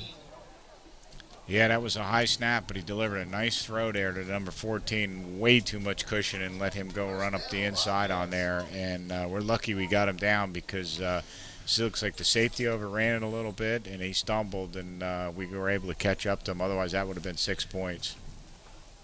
Got to do a better job of not letting them get out the chute like this. 2 positive plays, well, 1 huge positive play to put them at 1st and 10 on our 34. Here's the snap. Handoff to fake the ball. Lindsay kept the ball. He's around the edge. Gain of about 5 yards. Yeah, it's 1 of 3 plays, either the jet sweep, the action off of it, and the quarterback keeps it, or the handoff to the running back. Those are the 3 plays they've been running that they've been successful with. Yeah, Lindsay's a senior. Obviously, he's the head of the Snakes, doing everything for the Wildcats. Even faked me out on that one. Yeah, I thought he handed the ball off. That was a good fake, but let's see what happens here. 2nd and 2 at the 26. Lindsay's in the shotgun, hands the ball to the up back, number 34. Great tackle by number 16, Brandon Shannon.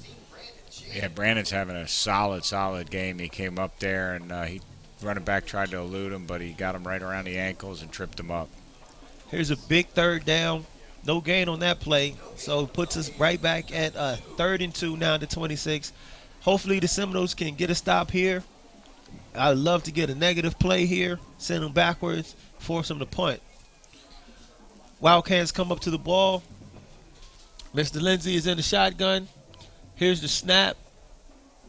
Hand off to the ball on the ground. Ball on the ground. Fumble. Looks like Southeast Seminoles on top of the ball. That's the play we needed, Mike. That's the play we needed right there. That was an awkward handoff. The running back clearly knew he was getting it, but I'm not sure the positioning on his arms. It hit on his hip and went right to the ground, and Johnny on the spot, was it our number 60? Was it 60 that I think it was, Trajan Archie. Yeah, I think he jumped right on that ball, so goal knows. We're back in position here. Back in business. Noles have the ball. 1st and 10 on our own 28. I see on the sidelines, number 12, Mr. Bradley Tresalis is trying to get loose. Doesn't look like he's going to be back in the game right now. He's replaced by, looks like, number 11, Jatorius Galloway. Here's the handoff. Play called dead from the start. Yeah, it's illegal procedure on us on the left side of our line. I believe it was our left tackle there. Twinged just before the snap, and it's going to be 5 yards against us. There we go again. Negative plays, turnovers have been killing us all night long. If we could have a clean half, we have a real chance to pull this game out. But if we continue to have the negative plays, make the mistakes, it's going to be a long night. On the offense, 5-yard penalty. I mean, we've got it here for the taking, so we just need to pick it up and clean up our act. Wildcats come in at 5 and 2. Seminoles enter this contest at 3 and 3. However, records aren't showing how evenly matched they are. I mean, nobody's really taking advantage of each other. Seminoles are poorly executing on offense, which has this game stuck at 7-3 with 9 minutes to go. 1st and 15 at the 23. Taylor in the shotgun, hands the ball off to number 5, Keon Birch. He's hit behind the line. Yeah, coach called a conservative play there to try and get a few of those yards back, and we lost 2, so now we're going to be in a 2nd and almost 20 situation. Not a good manageable down and distance. Now we're playing them from behind the sticks continuously. It's always hard to play uphill. That puts us at 2nd and 17. Ball on the 21-yard line. Here's the pit. Here's the snap. Fake the handoff. Ooh. Alex Taylor taken down behind the line of scrimmage, sacked. Yeah, I'm not sure. I'm not sure what he was doing there. He needed to get rid of that football. His man was covered, but you just throw it, you just heave it far, and you just don't take up the sack there.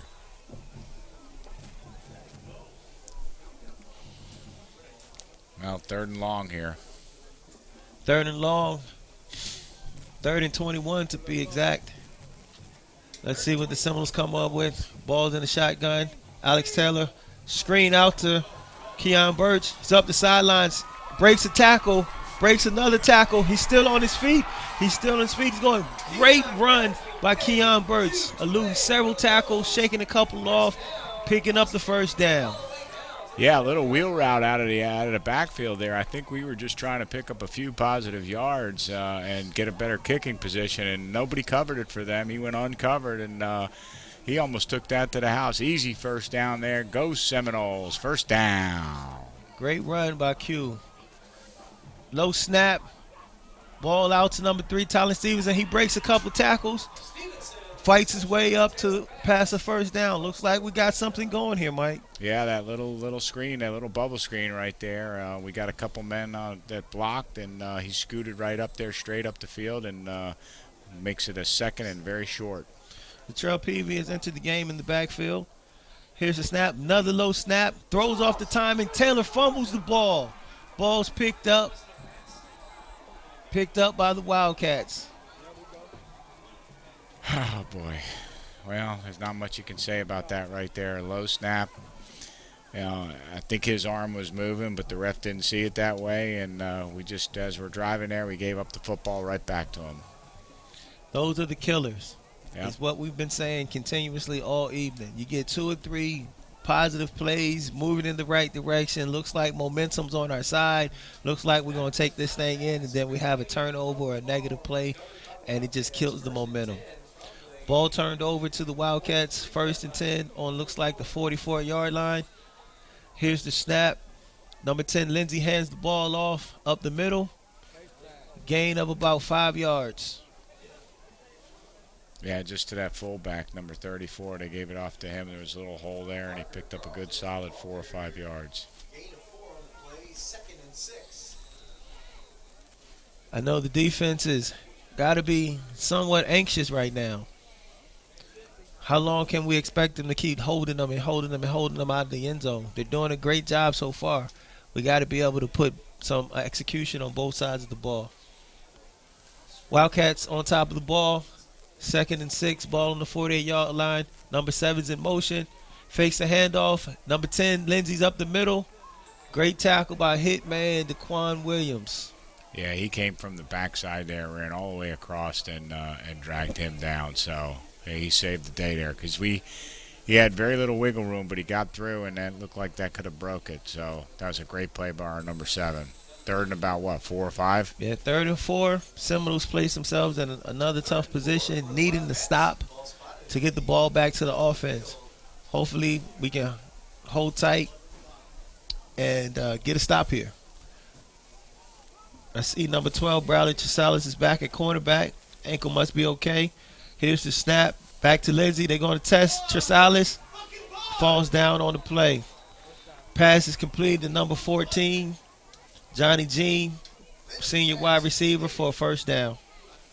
Yeah, just a little dig route there where he ran out past the marker, turned around, and he hit him with the ball. Nice throw by their quarterback there. And Bradley's nicked up. He's out of the game now. I don't think he can put any pressure on that ankle. Yeah, you got to wonder.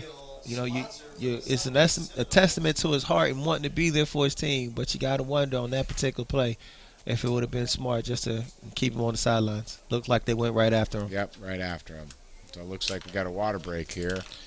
Looks like that. So we have a water break. Let's pay tribute to another one of our sponsors. We're proud to announce that Kaiser University of Sarasota is once again a business partner of SCTV. This is the 12th year that Kaiser has supported the television production program of Southeast High School. At Kaiser University Sarasota campus, you can get the training you need to pursue a new career in fields of business, criminal justice, education, healthcare, information technologies, law, and much more.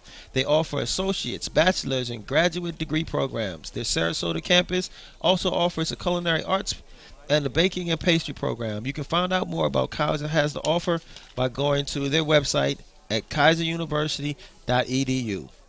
Back to the game, 1st and 10, ball in the 40. Fake the handoff. Mr. Lindsay has the ball. He's going around the right side. He's got the corner, pushed out of bounds by number 10 at about the 30-yard line. Yeah, we had the guys covered there. We had the Wildcats covered there. And he just came onside here and ran the ball around the end and made a nice gain for himself. A little bit of contain was broken there by our end, and our linebacker had to come up and get him. I was going to say, it looks like our containment broke down. Yeah, that can happen in a passing game like that. You want to keep your integrity on the end, but it didn't, and he picked up about 7 yards there. 2nd and 3, ball's on the 33. Lindsay's in the shotgun. Snap, gives it to the upback, fullback number 34. Pickup of about 2.5. I think it's going to depend on the spot on whether or not he gets the first down. Yeah, I think he picked up the first down there, and I think that's going to be first down on the. No, maybe not. Nope, they're moving the stick over to 3rd down, so it's 3rd and short. Looks like 3rd and inches. Ball's on. Looks like the 31. Got to get to about the 30 in order to get a first down. See if the Seminoles can come up with a stop. Would love to get a negative play right now. I mean, I don't know what they're thinking, but I could have guessed that they're probably going to hand the ball up off the middle. What do you think? Yeah, they're in the I formation here, so it's probably going to one of those 2 running backs back there, probably an ISO or a lead. Snap, ball given to the tailback. Oh, stopped behind the line of scrimmage. He does not get it. They ran the fullback lead there, and fantastic play by number 22. Fantastic play by Tarek Houston there, closing the gap, getting nose up with him, putting the hat right on him, and taking him to the ground. Now, Mike, funny story about Tarek Houston. He's a 10th grader, 11th grader, but last year he played basketball on my JV basketball team. He played basketball just like he plays football. Every time he got the ball, he looked for a body, whether he was on offense or defense, to hit. So it came in handy right then. Looks like we have a timeout on the floor. Water break on the floor. On the floor. I'm so used to basketball. Water break on the field. It's going to be an interesting decision for them here. I think that they're going to go for it, so we'll see what happens when we get back to action. If you haven't done so, you should like the SCTV Facebook page. You can find it on facebook.com/SEHS television. Not only will you get reminders and direct links to all the events that Southeast Television broadcasts live, but you will also get notices of the other activities that the fine young broadcasters of FCTV are involved in. And while you're at it, share the Facebook link with your family and friends. That's facebook.com/SEHS television. Back to the game. Looks like the Wildcats are going for it on 4th and 1 at the 31. Seminoles going to need to make a stop. Number 10, Lindsay's in the shotgun. Take direct snap. I take that back. That's number 7. Kai Washington takes the direct snap. Looks like he's got the first down.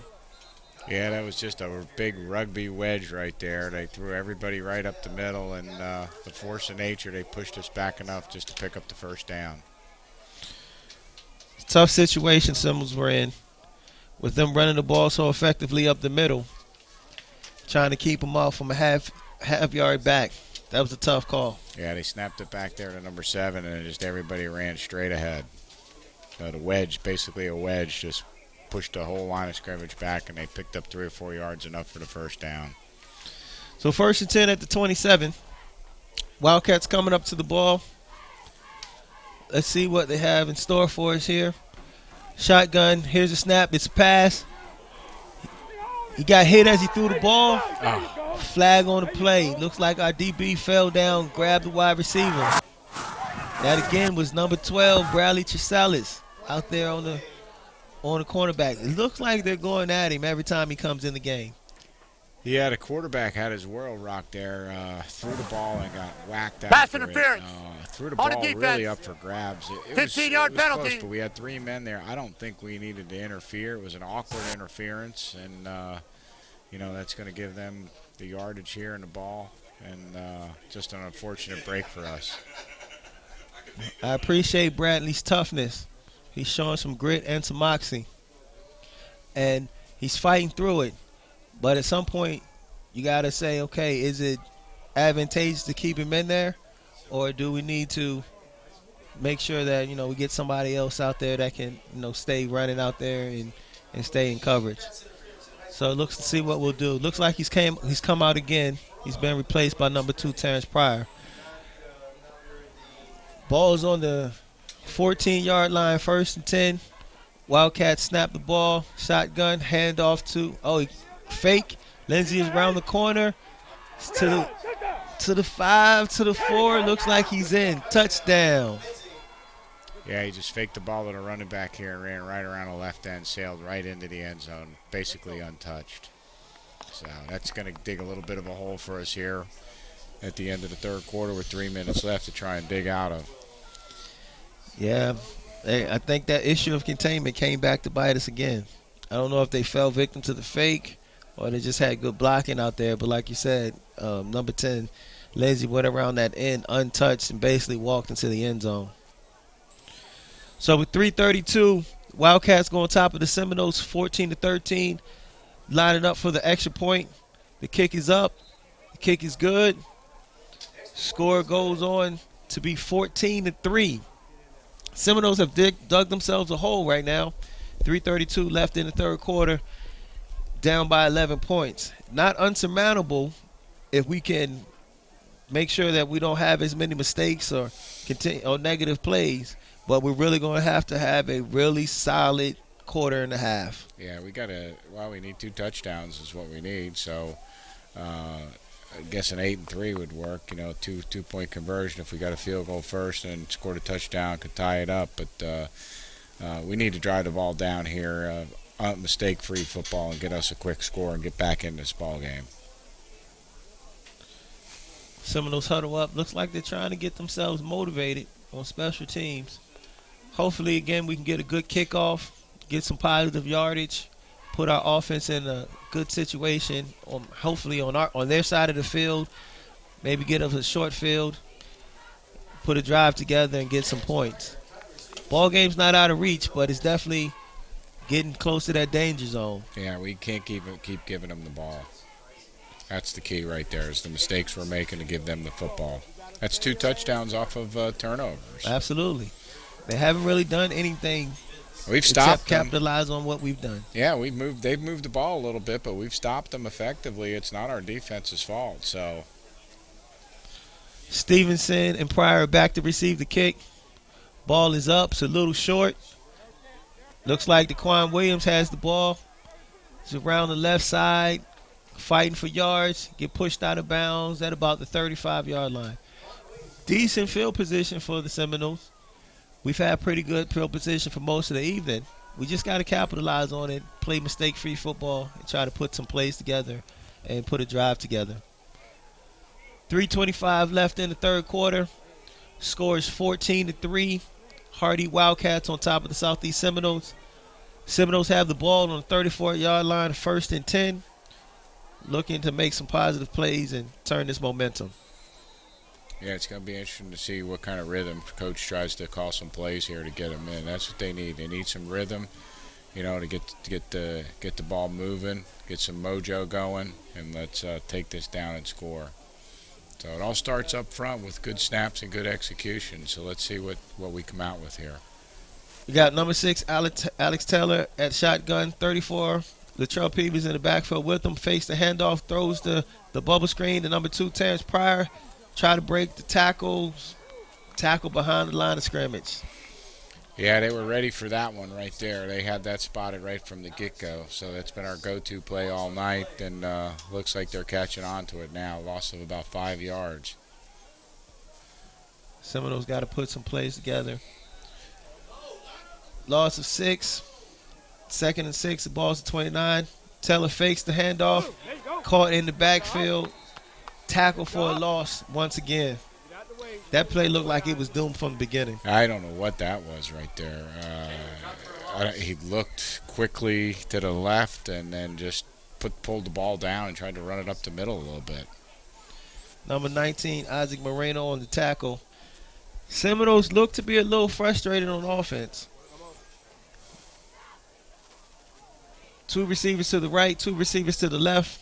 Taylor in the shotgun, snaps the ball. He's looking downfield. He's got some time. Didn't let it go. Tackle for a loss. Looks like number 42, Matt Tyson, 10th grader linebacker, got Alex Taylor in the backfield, hitting pretty hard.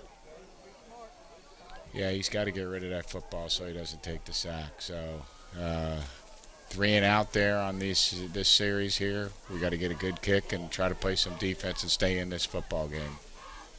Yeah, 3 and out and all negative plays. 4th and 24. Quan Williams is back to punt the ball away. Let's see if we can't get a decent kick.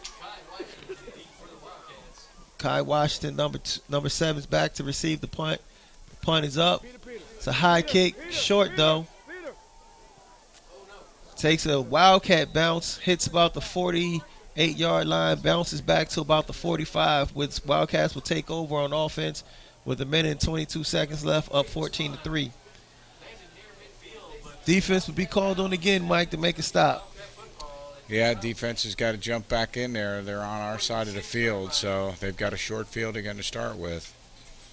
So can we get one more stop out of the defense so we can get back in this football game? Should be a great time for a turnover. Somebody can get in that backfield, disrupt the play, strip the ball for a possible fumble. We need somebody on defense to make a play. Wildcats have the ball 1st and 10 on the 46. Handoff to the back, straight up the middle once again. Runs for about 7 or 8 yards. Maybe closer to 6. Yeah, they're just going to run the ball here right up the middle, burn that clock, try to get physical and try to push us around a little bit, looks like. I'd be shocked if they do anything but what they've been doing, which is nothing fancy. Yeah, it's like shortening the game. That's what they're going to do. They're going to let that clock run. They picked up 5 there. It leaves them in a manageable down and distance here. So I'd expect that they're going to run the football right here again. I mean, they took over this possession at 1 minute and 22 seconds. Looks like they're going to run 2 plays before the half is over. Fakes the handoff. Lindsey's around the corner, throwing the ball to a wide open receiver who drops the ball. Seminoles got lucky on that one. He was wide open. Looks like there's a flag on the play, though. Yeah, I'm not sure what this penalty is going to be. I didn't catch it. I just was looking at the receiver there. That ball wasn't delivered nicely by the quarterback. It was behind him. That could have been a big play for them. So it looks like it's going to be against the Hardee Wildcats. I think that might be a late hit on personal foul on them. And we're going to take it. They're moving it back. We're taking it. Looks like a 15-yard penalty. That's good for the Seminoles. Brings it to, I think, 3rd down and maybe 21. Should be able to get a stop here. Hopefully get the ball back and get some momentum. Looks like it was a personal foul against the Wildcats. Yeah, it looks like their guy delivered a late hit to our guy there after the quarterback had thrown the football. So the ball's 3rd and 20 on the 44-yard line. Wildcats come up to the ball. Lindsey's in the shotgun. Here's the snap. It's obviously a pass. Gets the ball off. Incomplete. Seminoles get a stop. Get the ball back again. 30 seconds left in the 3rd quarter. It's all about what are we going to be able to do on offense. Yep, that's what it is. We had a little confusion here on defense, so we were very lucky to get out of that unscathed because we had 1 man covering 2 and had a mix-up in the coverage. So glad we're out of it. Make them punt. Let's see what we can do. We got a whole quarter to come back here and put up 2 scores. Hardee punters back to kick. Number 2, Terrence Pryor is back deep to receive. It's a low, short kick. Takes a Hardee bounce. Looks like the ball's going to be within the 10. Down at about the 9-yard line. Yeah, that's a tough one there. You know, you got a low kick, slow developing. If he fields it around traffic, he could easily fumble it. You know, if he lets it go, it rolls further like that. It took an unfortunate bounce for us, but that's a tough break there. Now we got to drive the ball about 90 yards here. Yeah, that's a pretty tough situation to be in. That's a tough situation. So, yeah, he made the right play, probably letting that football go. Agreed. But, you know, just bounced the wrong way. It's one of those, what do? You're darned if you do, you're darned if you don't. That's right. So at least he was safe, and like you said, he didn't touch it. So offense has to put something together. 1st and 10 at the 10. Oh, fumble. Recovered by the Wildcats at the 9-yard line. Now I think we got it back, actually. Yeah, Alex got it back. So good. I didn't see that. Poor exchange there, and looked like they were going to jump right on it, but it scooted out, and he jumped on it. So again, we put the ball on the ground there. Ball took a fortuitous bounce. Alex Taylor was able to get back on top of it, but I think that's going to be the last play of the quarter. 10 seconds and running. So we go into the 4th quarter. Down by 11, 14-3. Seminoles have the ball at the 10-yard line, 2nd and 10, trying to put something together. Yeah, and you know, I don't like our body language right now either by our offense. They're walking slowly to the sidelines. Their heads are down. Not a good situation to be in. Does not look like we've got a lot of mojo going right now. And it's not an unsurmountable deficit.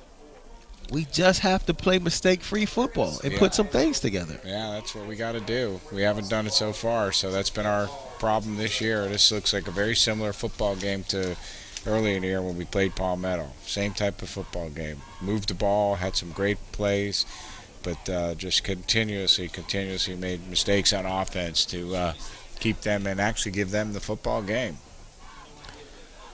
So as we move into the 4th quarter,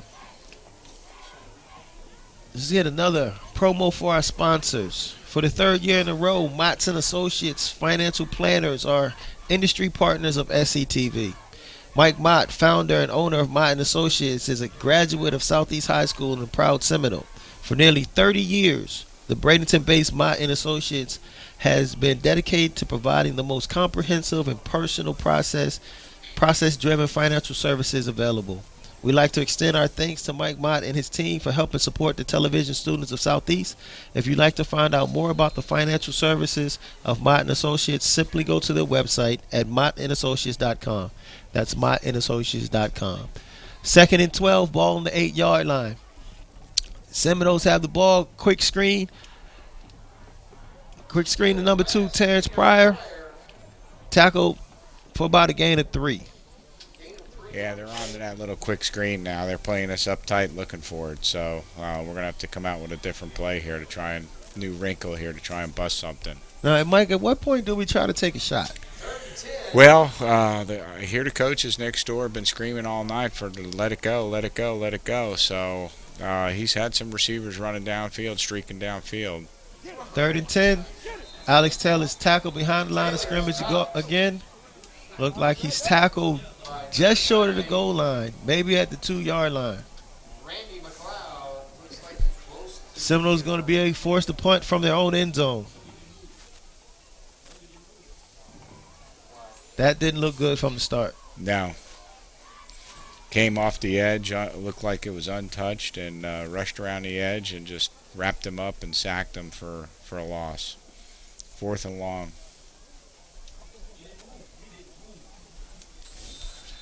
Well, here we go. Laquan Williams has been busy all night long. Offense, defense, special teams, punting. He's done a little bit of it all. He'll be asked to punt from his end zone. Clean snap, low line drive kick. Takes a decent bounce, but it's fielded by number 7, Kai Washington. He's up the sidelines for a really good return of about 25 yards. Got pushed out about the 20-yard line. Yeah, that was a low kick, no height on it. He picked it up basically on the run and scooted for about 30 yards down to, about our 23-yard line. And he looked just like a baseball shortstop, just picking that thing off the short hop and running with it. Puts the Seminole defense in another hole. Backs against the wall. Ball on the 23-yard line. 1st and 10 for the Hardee Wildcats. Leading the ball game 14-3 with 10 minutes and 29 seconds on the clock. Hardee comes up to the ball. Number 10, Lindsey at quarterback. Under center. I formation. 2 receivers to the right. Hands the ball off to his tailback, number 34, for a gain of about 2 yards. Now that's what you're going to see. Student body right, student body left, and they're going to run that football up the middle and burn that clock. Yeah, they're definitely trying to take the air of the ball, shortening the game. We're going to have to make a play in order to get the ball back. Definitely have to have a turnover here, or try to limit the damage and get them to turn the ball over on downs. They're not going to kick it. They're going to run it, and maybe in 4-down territory here. Wildcats back up on the ball. Number 10, Lindsey's under the center. I formation again. Here's the snap. Hand the ball off again to his tailback, number 34. Over the right side. Looks like he stopped right at about the line of scrimmage for no gain. Yeah, that was a nice effort there by our guys. They pulled their guard and their tackle from offside back onto the onside there and stuffed that play real nicely. That's number 34, Parker Carlton, who's a senior running back for the Wildcats. I think he might be their power back. They're trying to send him straight up the middle. Wildcats back up on the ball again, shotgun formation. Wide receiver on both sides. Pump fake, ball thrown to the end zone. Looks like it's caught for a touchdown. Number 7, Kai Washington. That kid's a pretty good athlete. He's been doing a little bit of everything this evening. Yeah, we had that covered. Our number 12, Bradley Tresalis just underestimated the man underneath him and let him grab that ball basically right out of his hands. That's an unfortunate break right there. That's a tough play. Puts us in a really deep hole. The kick for number 3, Luis Castillo-Diego. Kick is up. Kick is good. However, there's a flag on the play. Yeah, it's offside Seminoles, so. Encroachment on the defense. Half the distance. Retry. I would imagine. Oh, was the play blown dead? Yeah, they blow it dead in high school, so they're going to move it up 1.5 yards and re-kick it again. So they move it up 1.5 yards, get it a little bit closer. Mr. Castillo-Diego has been accurate all evening long, so I don't anticipate him. Oh, Seminoles get in to block the kick. Yeah, our number 16, Brandon Shannon, leaped over, and got in there and knocked it down. So great effort by Brandon Shannon. He's had a heck of a ball game. Yeah, he's a good player. He's been hustling tonight. So, well, there we go with 9 minutes left. 20-3, down 17. So we've dug ourselves a hole here. Let's see if we do anything to get out of it. Seminoles need to do something special, at least to make it a game. Get back in. Like you said, there's a lot of time on the clock. But like we've been saying all fourth quarter, the Wildcats are going to take the air of the ball. So we have to do something on offense to be able to get down the field quickly, get a score, and then get a stop and see if we can't get back in this ball game. Yeah, they know we're going to be throwing a ball, so they're going to be looking for the screens, and they're going to be playing deep on our guys not to let up the long ball. So they're going to give up anything short, keep everybody in front of them. So it's going to be a tough task here. Homecoming night in 2016 here at John Kiker Memorial Stadium. Seminoles have dug themselves a huge hole, down 20-3 with 9 minutes left to go. Tyler Stevenson, number 3, and Terrence Pryor, number 2, are back to receive the kick. Let's see what they can do. Maybe one of them can break free and get a nice gain for us. Here's the kick. Ball is up. It's a deep kick. Looks like Stevenson will have a chance to fill it on a run. He's up. He's up to about the 30. Tackled by a few Wildcats. Stopped right there. Yeah, that's a decent return. Gives us good field position. Now we just got to do something with it here on offense. Field position hasn't been our issue all evening. We've had pretty good field position with the exception of the last drive. But it's like we've been saying all evening. The mistakes, the flags, the negative plays have just hurt us tremendously all night long. Yes, they have, and that's the key. We've given them 2 touchdowns here this game, clearly on turnovers. So, you're not going to win football games turning the ball over in your own area and giving them short fields to work with. Let's see if the Seminoles can put something together. First and 10 at 32, 8:58 on the clock. Down by 17. Throw the ball. He throws the ball. He gets it out to number 3, Tyler Stevenson. He has a lane. He's on the sidelines. Great gain up to the 40-yard line. Well, just a little crossing route right there, and delivered a nice pass to him. Didn't hold on to it too long, and got him out there in the open field, and he turned it and speeded up the field very nicely there for a nice 30-yard gain. Where has that play been all night? Bubble screen. Out to number 3, Tyler Stevenson again, once again. Fights for maybe 3 yards, but there's a flag on the play.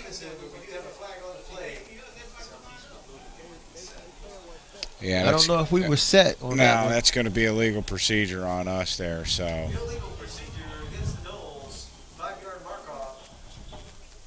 So we'll be losing 5 yards. Have an illegal shift. Yeah, we snapped the ball Wide too receiver early was before not everybody set. was set there. On the offense, 5-yard penalty. Replay Bull first walking down. like Michael Jackson. Going backwards. Yeah. And that's not the right way to go. We should be going forward. Seminoles on top of the ball. First and 15. 44-yard line. After the losing 5 yards on the penalty. Taylor in the shotgun. Number 3 in motion, Tyler Stevenson. Here's the pass. Nice ball delivered to Terrence Pryor up to about the 33-yard line. Well, he slid out of the pocket there nicely and delivered a nice ball to number 2, Terrence Pryor. Got some good protection. Got to keep it up. Pickup up 10. Puts us in a 2nd and 4 on the 32-yard line. Seminoles obviously playing with some tempo. Here's the snap. Low snap between Taylor's legs. He fights to get back on it. Ball is recovered by a Seminole. Number 5, Keon Birch. There we go again with our negative play. Shooting us in the foot. Well, we had a bad snap there, and I think we're going to get an unsportsmanlike conduct penalty after the play.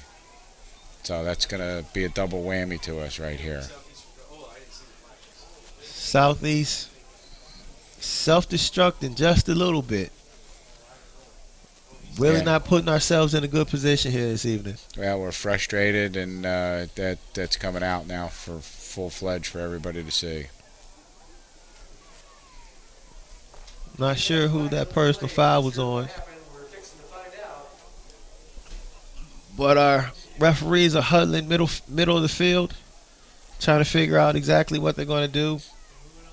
Yeah, it was on our number 57, Cameron Green. Lost his cool a little bit there, got into a scuffle, and of course, We have dead when you're ball, the player that, personal foul.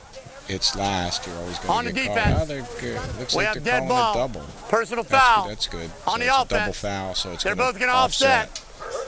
So not hurt anymore on that play. No. The poor snap and fumble hurt us enough. The personal foul doesn't take us back any further because, like you said, it was a double foul.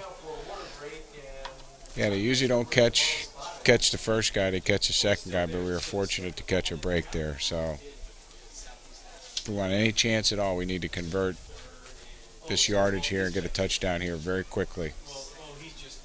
7:42 on the clock. Water break on the field. Southeast Seminoles trailing the Hardee Wildcats 20-3. If you haven't done so, you should like, the SCTV Facebook page. You can find it on facebook.com/SEHS Television. Not only will you get reminders and direct links to all the events that Southeast Television broadcasts live, but you will also get the notices of other activities that the fine young broadcasters of SCTV are involved in. And while you're at it, share the Facebook link with your family and friends. That's facebook.com/SEHS Television. And that's the Geckos on State Road 64 East. So we have a timeout on the field. 7 minutes, 42 seconds on the clock. Southeast Seminoles down 20-3. Have the ball, 2nd and 19 on the 48-yard line. This will be a good opportunity for Southeast to put a couple plays together, see if we can't get in the end zone. We've been trying it all evening, but see if we can't get in the end zone, try to turn that momentum around a little bit. Maybe we get a touchdown, onside kick, get the ball back. I might be wishful thinking, but I'm trying to be optimistic. Well, you're being very optimistic, but hey, funnier things have happened in the game of football. So it all comes down to this here. We need to score here in the next minute or so and see what we can come up with. Yeah, the Seminoles aren't going to have very many possessions left in this ball game, so we got to make sure we make the most of them. Clock is started. Taylor's back to pass. Drops it off to number 12, Bradley Tracelis. He's down the sidelines, knocked out of bounds at the 35-yard line. Pretty good-looking pass play. Yeah, it stops the clock. He got out of bounds, so that's good there. So run these routes to the outside, and let's see if we can't keep moving the football and stop the clock. That puts the Seminoles at a 3rd and 8 at the Wildcats' 36-yard line. Let's see if we can't put something else together. Get a first down here, keep the momentum of this drive going. Taylor's in the shotgun. Here's the snap. Back to pass. Delivers a nice ball to number 2, Terrence Pryor, right through his hand. Incomplete pass. Yeah, it looked like he was ready to run there instead of securing the football. Before he secured the football, he was ready to run. His eyes were bigger than his stomach there and went right through his hands. That's an unfortunate break. Yeah, that's a tough one. That is a tough break. Looks like he definitely would have had enough for the first down and maybe some more yards to go. No doubt about it. So turn the ball over on downs here and defense back on the field. Now you're going to see them just run the ball every time up the middle, even if they got to kick it. I agree. What'd you say? Student body left, student body right? That's it. That's it. One running back, but I think he'll just take this and shuffle it right over to the running back. Number 3 in motion. Hand the ball off in the jet sweep. Turns up the corner. Maybe gets a yard. It wasn't a power run, but it was still a running play. That's it. Running east and west there, burn some time off the clock. There's a flag down Hold on the it. field, so that's a hold On the on offense. them. 10 yards So from the that'll spot. stop the clock, but I think they're pretty indifferent to that penalty. They don't really care about it right now. That takes them back pretty far. It's going to put the Wildcats at a 1st and 20 at the 23-yard line. Clock starts back. 7 minutes, 15 seconds on the clock. 1st and 22. Ball's on the 23-yard line. Wildcats snap the ball, hand the ball to the tailback. He's through the line, up to the second level, gets about 4 yards. Yep.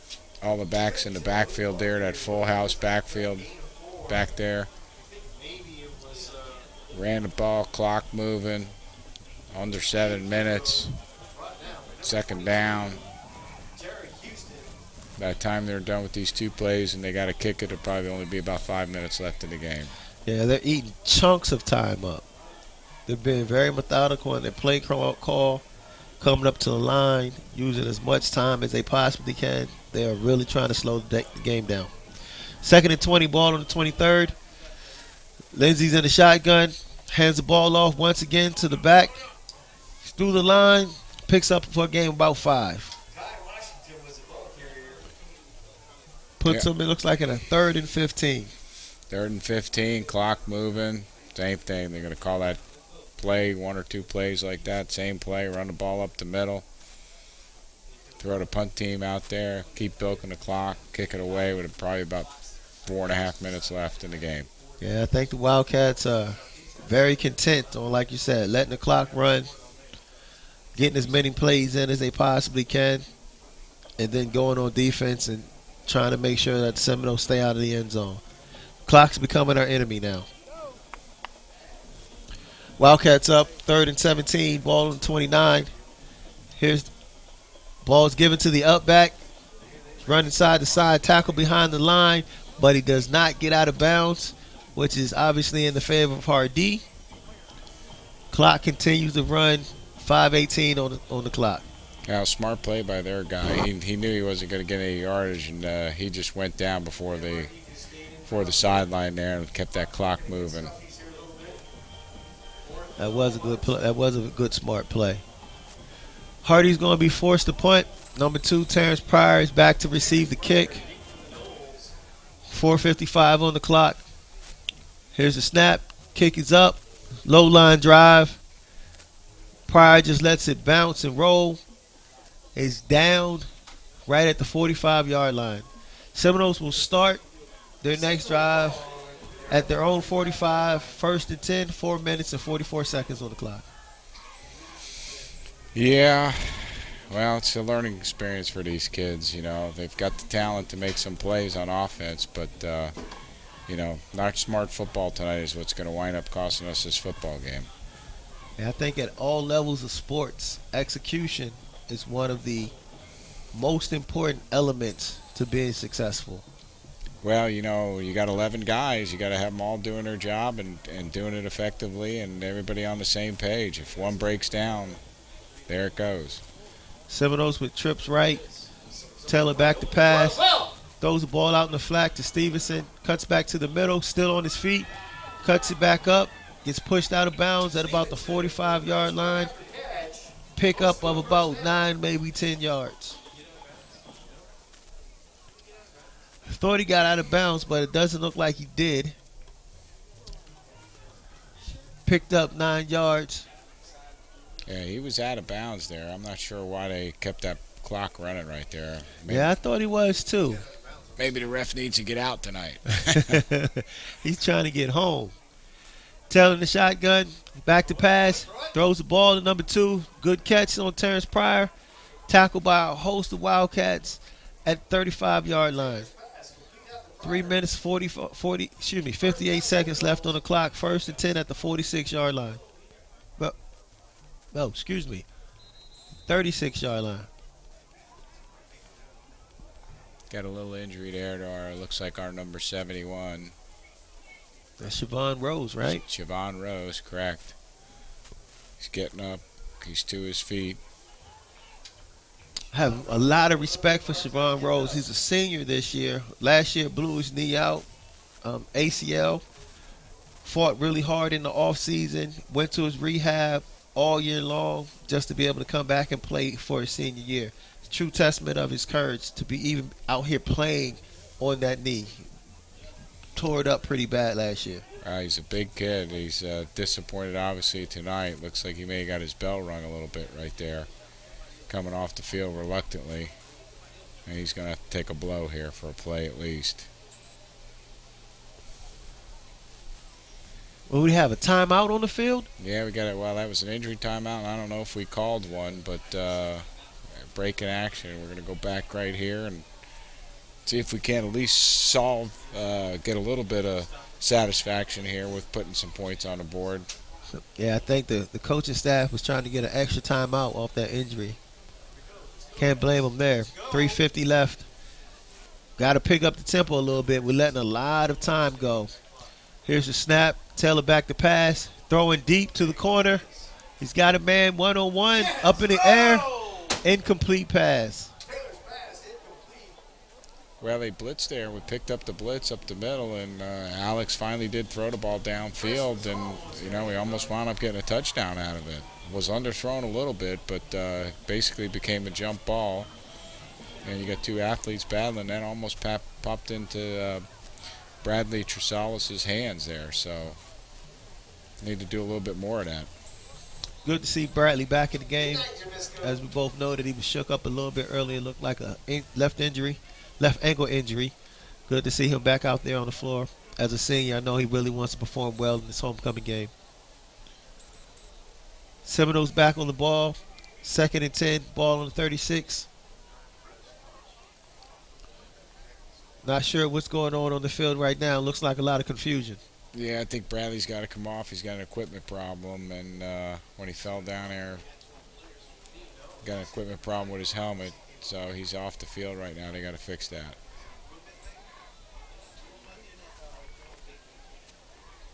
All right, back to action. Here's the snap. Taylor with the ball. Passing over the middle. Oh. Ooh. Number 11, Jatorius Galloway, got hit pretty hard on that incomplete pass. There's a flag on the field, maybe taunting. Yeah, it's a late flag. I think that has to be taunting right there. And the linebacker walked over him. Yeah, trying to send him a message. He was a defensive player right there, and it was a clean hit right in the chest. It looked like, but his head snapped back, and he definitely got the wind knocked out of him for sure. Yeah, he's going to feel that one in the morning. Hopefully he's all right. Looks like he's trying to make it back to his feet. JT's a pretty tough kid. Great student.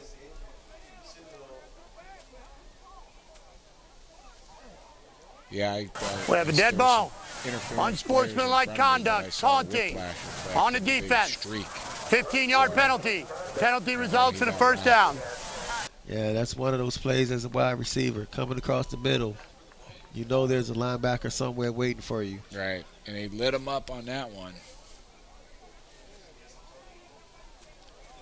Well, he took his helmet off. He's getting to his feet. Looks like he's going to be okay. Probably, like you said, got his bell rung. Probably the air knocked out of him. You can never prepare yourself for a hit like that. No, and it happened so fast, He's groggy for sure, but he's coming to the sidelines, and he's walking off under his own power, so that's a good sign. Yeah. First down, Seminoles. Ball spotted at the... First down, Seminoles after the penalty, unsportsmanlike conduct. Ball gets moved up to the 21-yard line. It's 1st and 10. 3 minutes, 34 seconds left on the clock. Let's see if we can at least punch it in. Put some points on the board. And see where we go from there. Got 2 receivers on both sides of the formation. Number 5, Keon Burt's in the backfield. Alex Taylor is in the shotgun. There's the whistle for play to resume. 1st and 10 on the 21.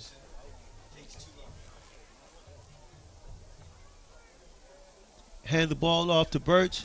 He's met behind the line, breaks the tackle. Break, gets taken down. Couldn't break loose from the second guy.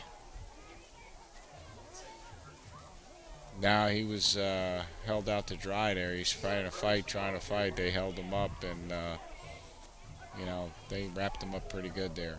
So the clock's going to keep running, getting close to 3 minutes. Yeah, that's a tough call. When you got that being held up by one ankle, I've seen some really dangerous things happen to the ball carriers like that. Rest of the team comes and make the tackle. 2nd and 10. Here's the pass. Looks like the ball was deflected. Incomplete pass. Yeah, it looks like their defensive end jumped up there and knocked that ball down. And looks like we're getting a little frustrated there on the offensive line. Got to keep our cool. Yeah, we got to keep playing. When all else fails, you got to keep playing. 3rd and 10. Ball's on the 21-yard line. Now it's 4-down territory for us, so. Taylor's in the shotgun. Here's the snap. Rolling left a little bit. Under pressure. Is tackled in the backfield. 2-yard loss.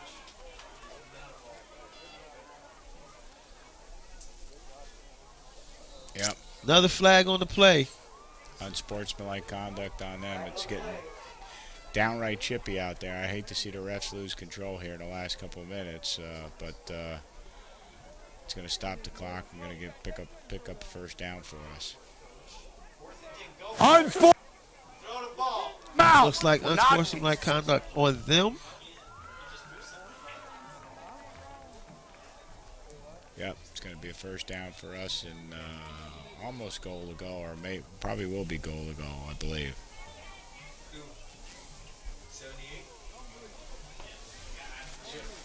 Looks like the referee may have thrown out one of the Wildcats. Looks like number 78, Hardee Pace, 10th grader, may have been asked to leave this game.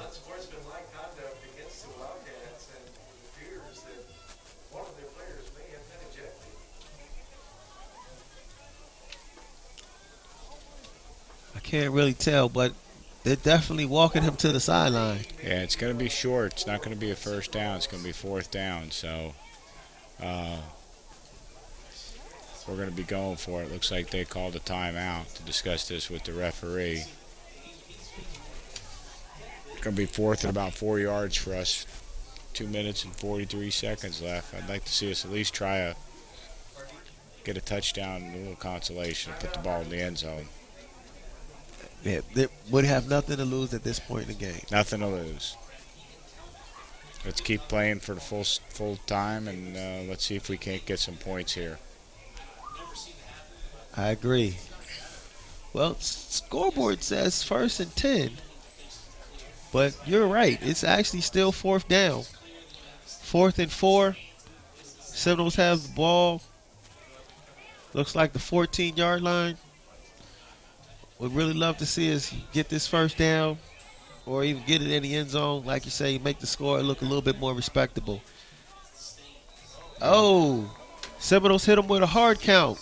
Hardee jumps off sides. We'll take that. Yeah, automatic first down. That's going to get us the first down yardage that we need. So it'll be first and a first down. Probably from about the 11-yard line or maybe goal to goal. We'll see where they spot it.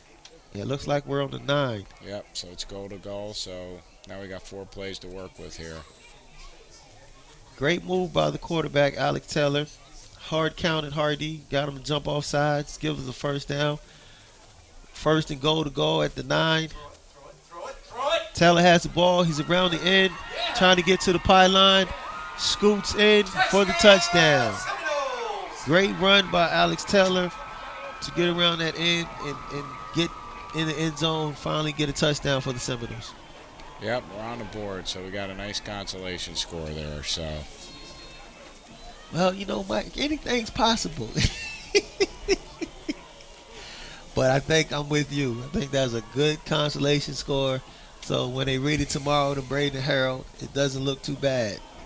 Yeah, let's convert the extra point here, 20-10. And obviously they may want to try an onside kick. Crazier things have happened, but you're down. This is true. You're down 2 scores with 2 minutes and 32 seconds. So number 63 hustles on the court late. Number 74, Julio Martinez, is going to try for the extra point. Kick is up. Kick is good. 20-10. Seminoles are down by 10 with 2 minutes and 32 seconds left on the clock. I would guess we would have to line up for the onside kick. Well, yeah, unless you're going to concede the game, you want to fight to the finish. So, like I said, funnier things have happened. Onside kick, ball bounces crazy. Somebody picks it up on the run, takes it in for a score. Onside kick again. Funnier things have happened in a wacky game of football, but doesn't look promising, that's for sure. That sounds like one of those movie endings. But before the movie ending happened, there was probably someone thinking there's no way that we can win this game, and then the movie ending happens. There you go. So one thing we can hope for is that, like you said, the Seminoles keep fighting to the end. Down 10 with 2 minutes and 32 seconds to go.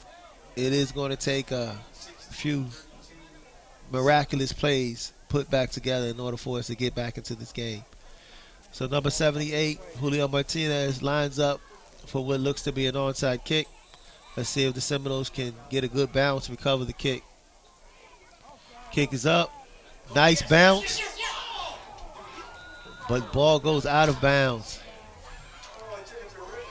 That was actually a well-placed ball by Mr. Martinez. That was a fantastic kick. We got the hop that we needed, but you got to have a dedicated man there that's got to be the go-to guy to get the ball, and didn't look like anybody jumped up and attacked it. It looked like everybody was trying to hit somebody. Right. Nobody was going to get the ball. You got a couple guys that are supposed to clear out, and then you got one that's supposed to be the ball hawk, and didn't look like we had anybody hawking it right there. They practiced that play, too, so I'm a little bit surprised. Yeah, because Julio Martinez kicked a great onside kick, like you said. Ball bounced way up in the air. It was a tremendous opportunity for us to be able to recover it, but unfortunately it didn't happen. So Wildcats on the ball, hand the ball off to the running back, straight up the middle for about 2 yards. Yep, that's what we're going to see for the next couple plays, and Hardee's going to get out of here with the victory. I agree. Tough night for the Seminoles on their homecoming 2016. Just didn't play error-free football. We need to be a little bit more efficient, a little bit more effective. We just didn't do it this evening. Plenty of opportunities, but like I said, you can't put the ball on the ground and turn it over and give them short fields and expect to beat a good football team. Our formation for the Wildcats, the ball is given to the fullback, up back, number 34. Looks like he stopped right at the original line of scrimmage. Gain of maybe a half a yard. 3rd down, 8, and Hardee will just let the clock run.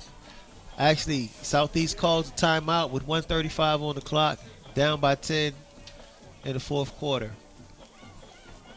So what are the coaches telling the players right now on the Seminole side? Well, keep tackling. I mean, that earlier timeout we burned. Theoretically we could still win, but we burned that earlier timeout. I think we may have one left, so we can stop the clock here.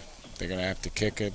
We'll get the ball back with a minimal amount of time and maybe throw a Hail Mary or two, try to put another score on the board. One thing I will say that's good to see being back in the stadium, you have a lot of support for the fans. A lot of people came out this evening to support the Seminoles for their homecoming 2016. I know there's 2 reunion classes here tonight. Seminole class of 1966 celebrating their 50th year high school reunion, and Seminole class of 2006 celebrating their 10-year high school reunion. So it's always good to see the stadium packed, as right now people are starting to leave, but early on it's always good to see the stadium packed to support these young men as they battle on the gridiron. Yeah, we had a good homecoming crowd tonight. Nice weather, beautiful night for football.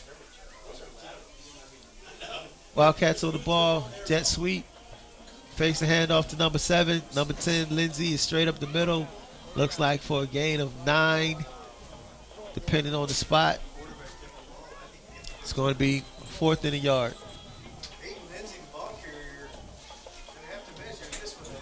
Yeah, they're short. They're short on this. Yeah, they look to be short to me too. Southeast going to take what we believe to be their final timeout.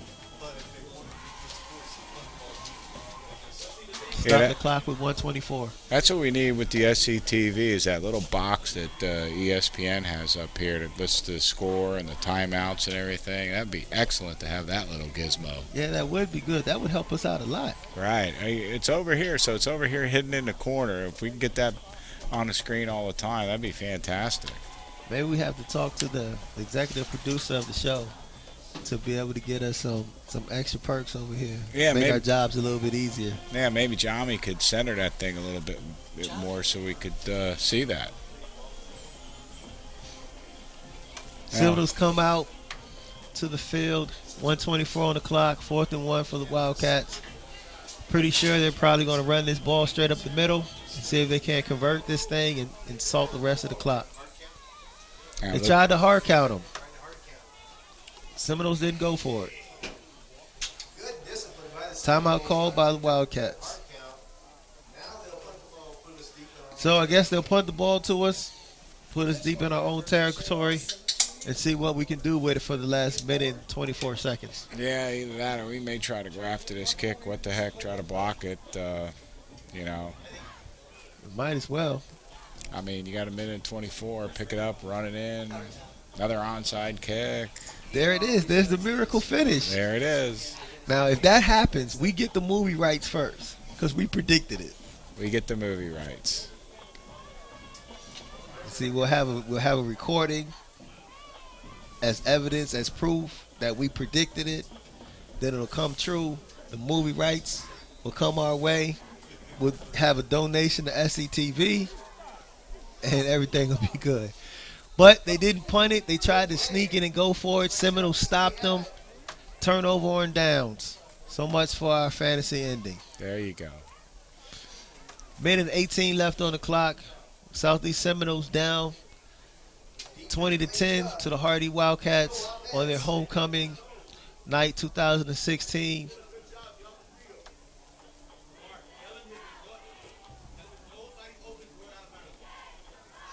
I think we have a couple pass plays in us maybe. See if we can't get somebody on the sidelines, pick up some yards, get out of bounds. Yeah, he's got to throw the ball towards the boundary, and then he can't take a sack here. He's got to get rid of it. He's got to unload it. That's the kiss of death. So Taylor's been under pressure all night long.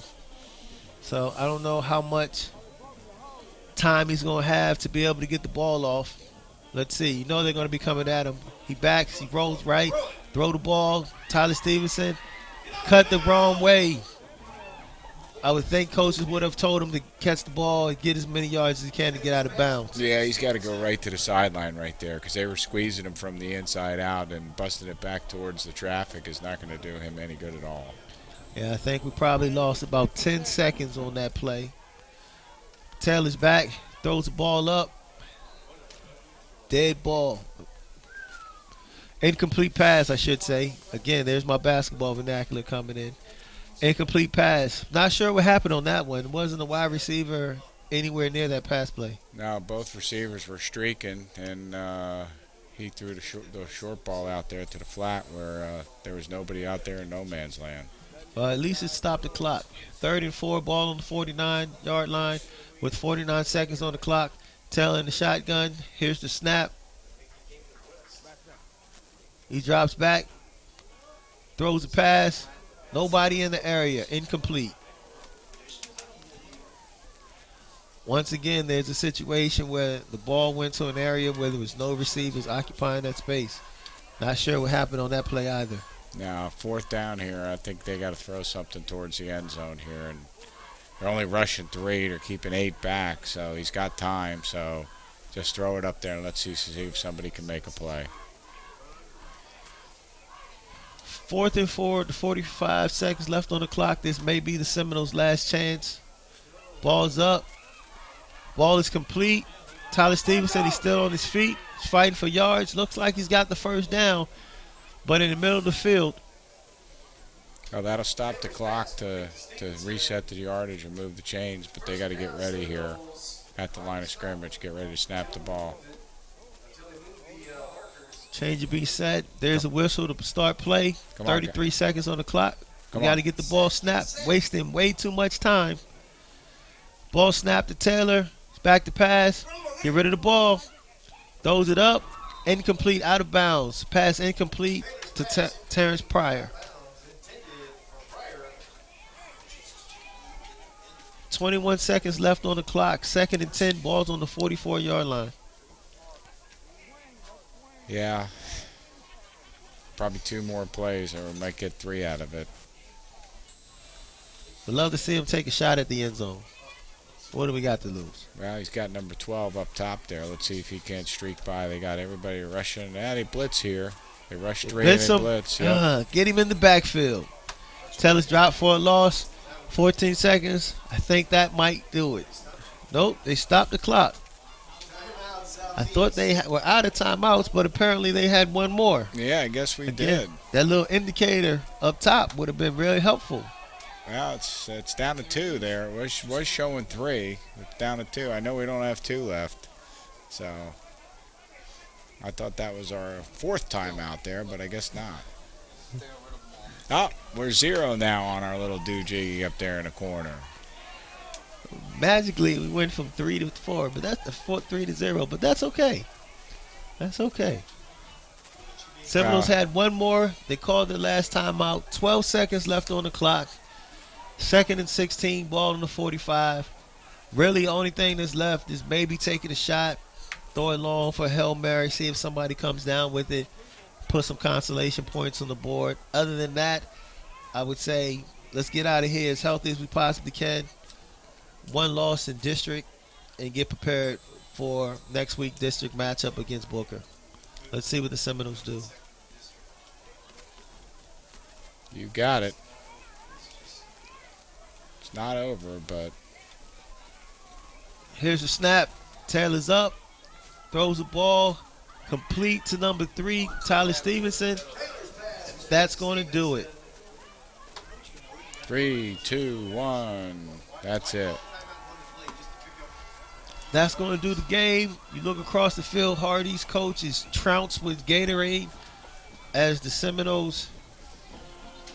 That's the end of the game with the final score, 20-10. Hardee Wildcats over the Southeast Seminoles. We're going to take a short break for a couple of public service announcements. Then we'll come back and wrap it up on the Kaiser University postgame show. You're watching Seminole Sports on SCTV Sports.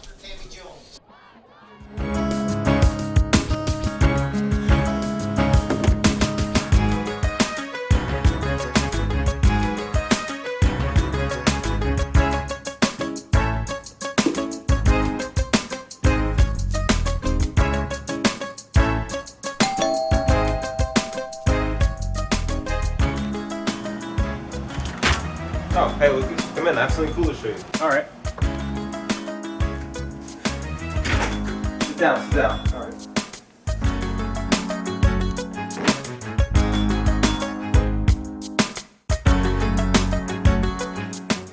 What is that, man? Freeze. Hey, man, don't shoot. Bang. Bang.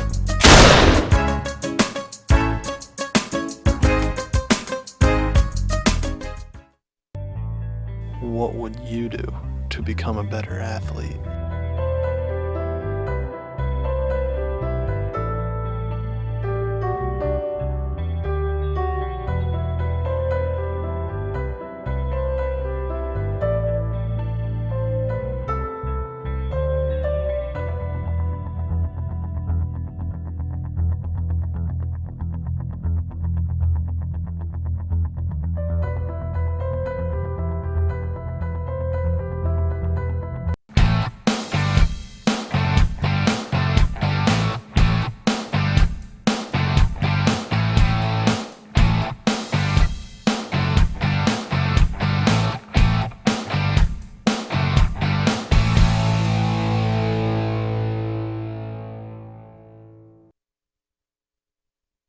Back for Dwight Gilmer and Mike Federico. Mike, closing thoughts on the game. Well, we said it at the beginning of the game, and it was a repeating theme here. You know, offensively, it goes back to a long time ago. They asked Coach John McKay, what do you think about the execution of your offense? And he said, I'm all for it. So, you know, we've got some players on offense. It's a shame. We've got some good athletes. They try real hard. But you know, you can't put the ball on the ground. You can't make the mistakes with the snaps, a few of the penalties. Basically, Hardee really didn't earn a victory. There's 14 points there that we gave them. So we play hard. Our defense is exceptional. They played a fantastic game. But when you're out there on the field all the time with a short field where we give them the football, you can only stop them so many times before you're going to have to break a little bit. So that's the story. That's the recurring thing we've had in our tough games this year. That's a similar situation to when we had Palmetto at the beginning of the year. So we got to improve on offense and you know, execute and keep the ball moving the right way instead of dropping it all the time and giving the other team the opportunities with the short fields. And you wrapped it up because that's absolutely true. At the beginning of the telecast, you said that they were going to have to play mistake-free football, penalty-free, limited turnovers if we were going to have an opportunity to win it tonight. And I think the unfortunate part about it all is this was a very winnable game. Both teams come in 3-0 at districts, trying to vie for the top spot. This was a very winnable game. It was right here at our fingertips to be able to win this game, but unfortunately we weren't able to get it done. Yeah, they basically made one mistake. We capitalized on it. Should have had a touchdown. We kicked a field goal, and then the rest of the mistakes were ours. And they played a nice, sound football game, and that's why they're coming out with be the victors tonight. Well, to close out, the Southeast football team has 2 more home games left this season.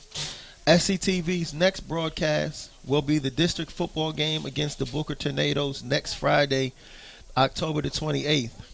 Mike, it's been great sharing the microphone with you this evening. We got an opportunity to see a pretty hard-fought game, although the Seminoles came out on the losing end of the scoreboard this evening. Our kids played hard. Hopefully we'll be able to learn from this experience.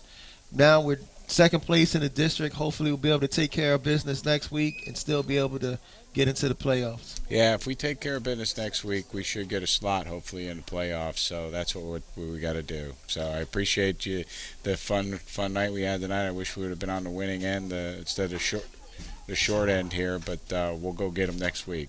So for Mike Federico, this is Dwight Gilmer signing off. Have a great evening. Go Noles.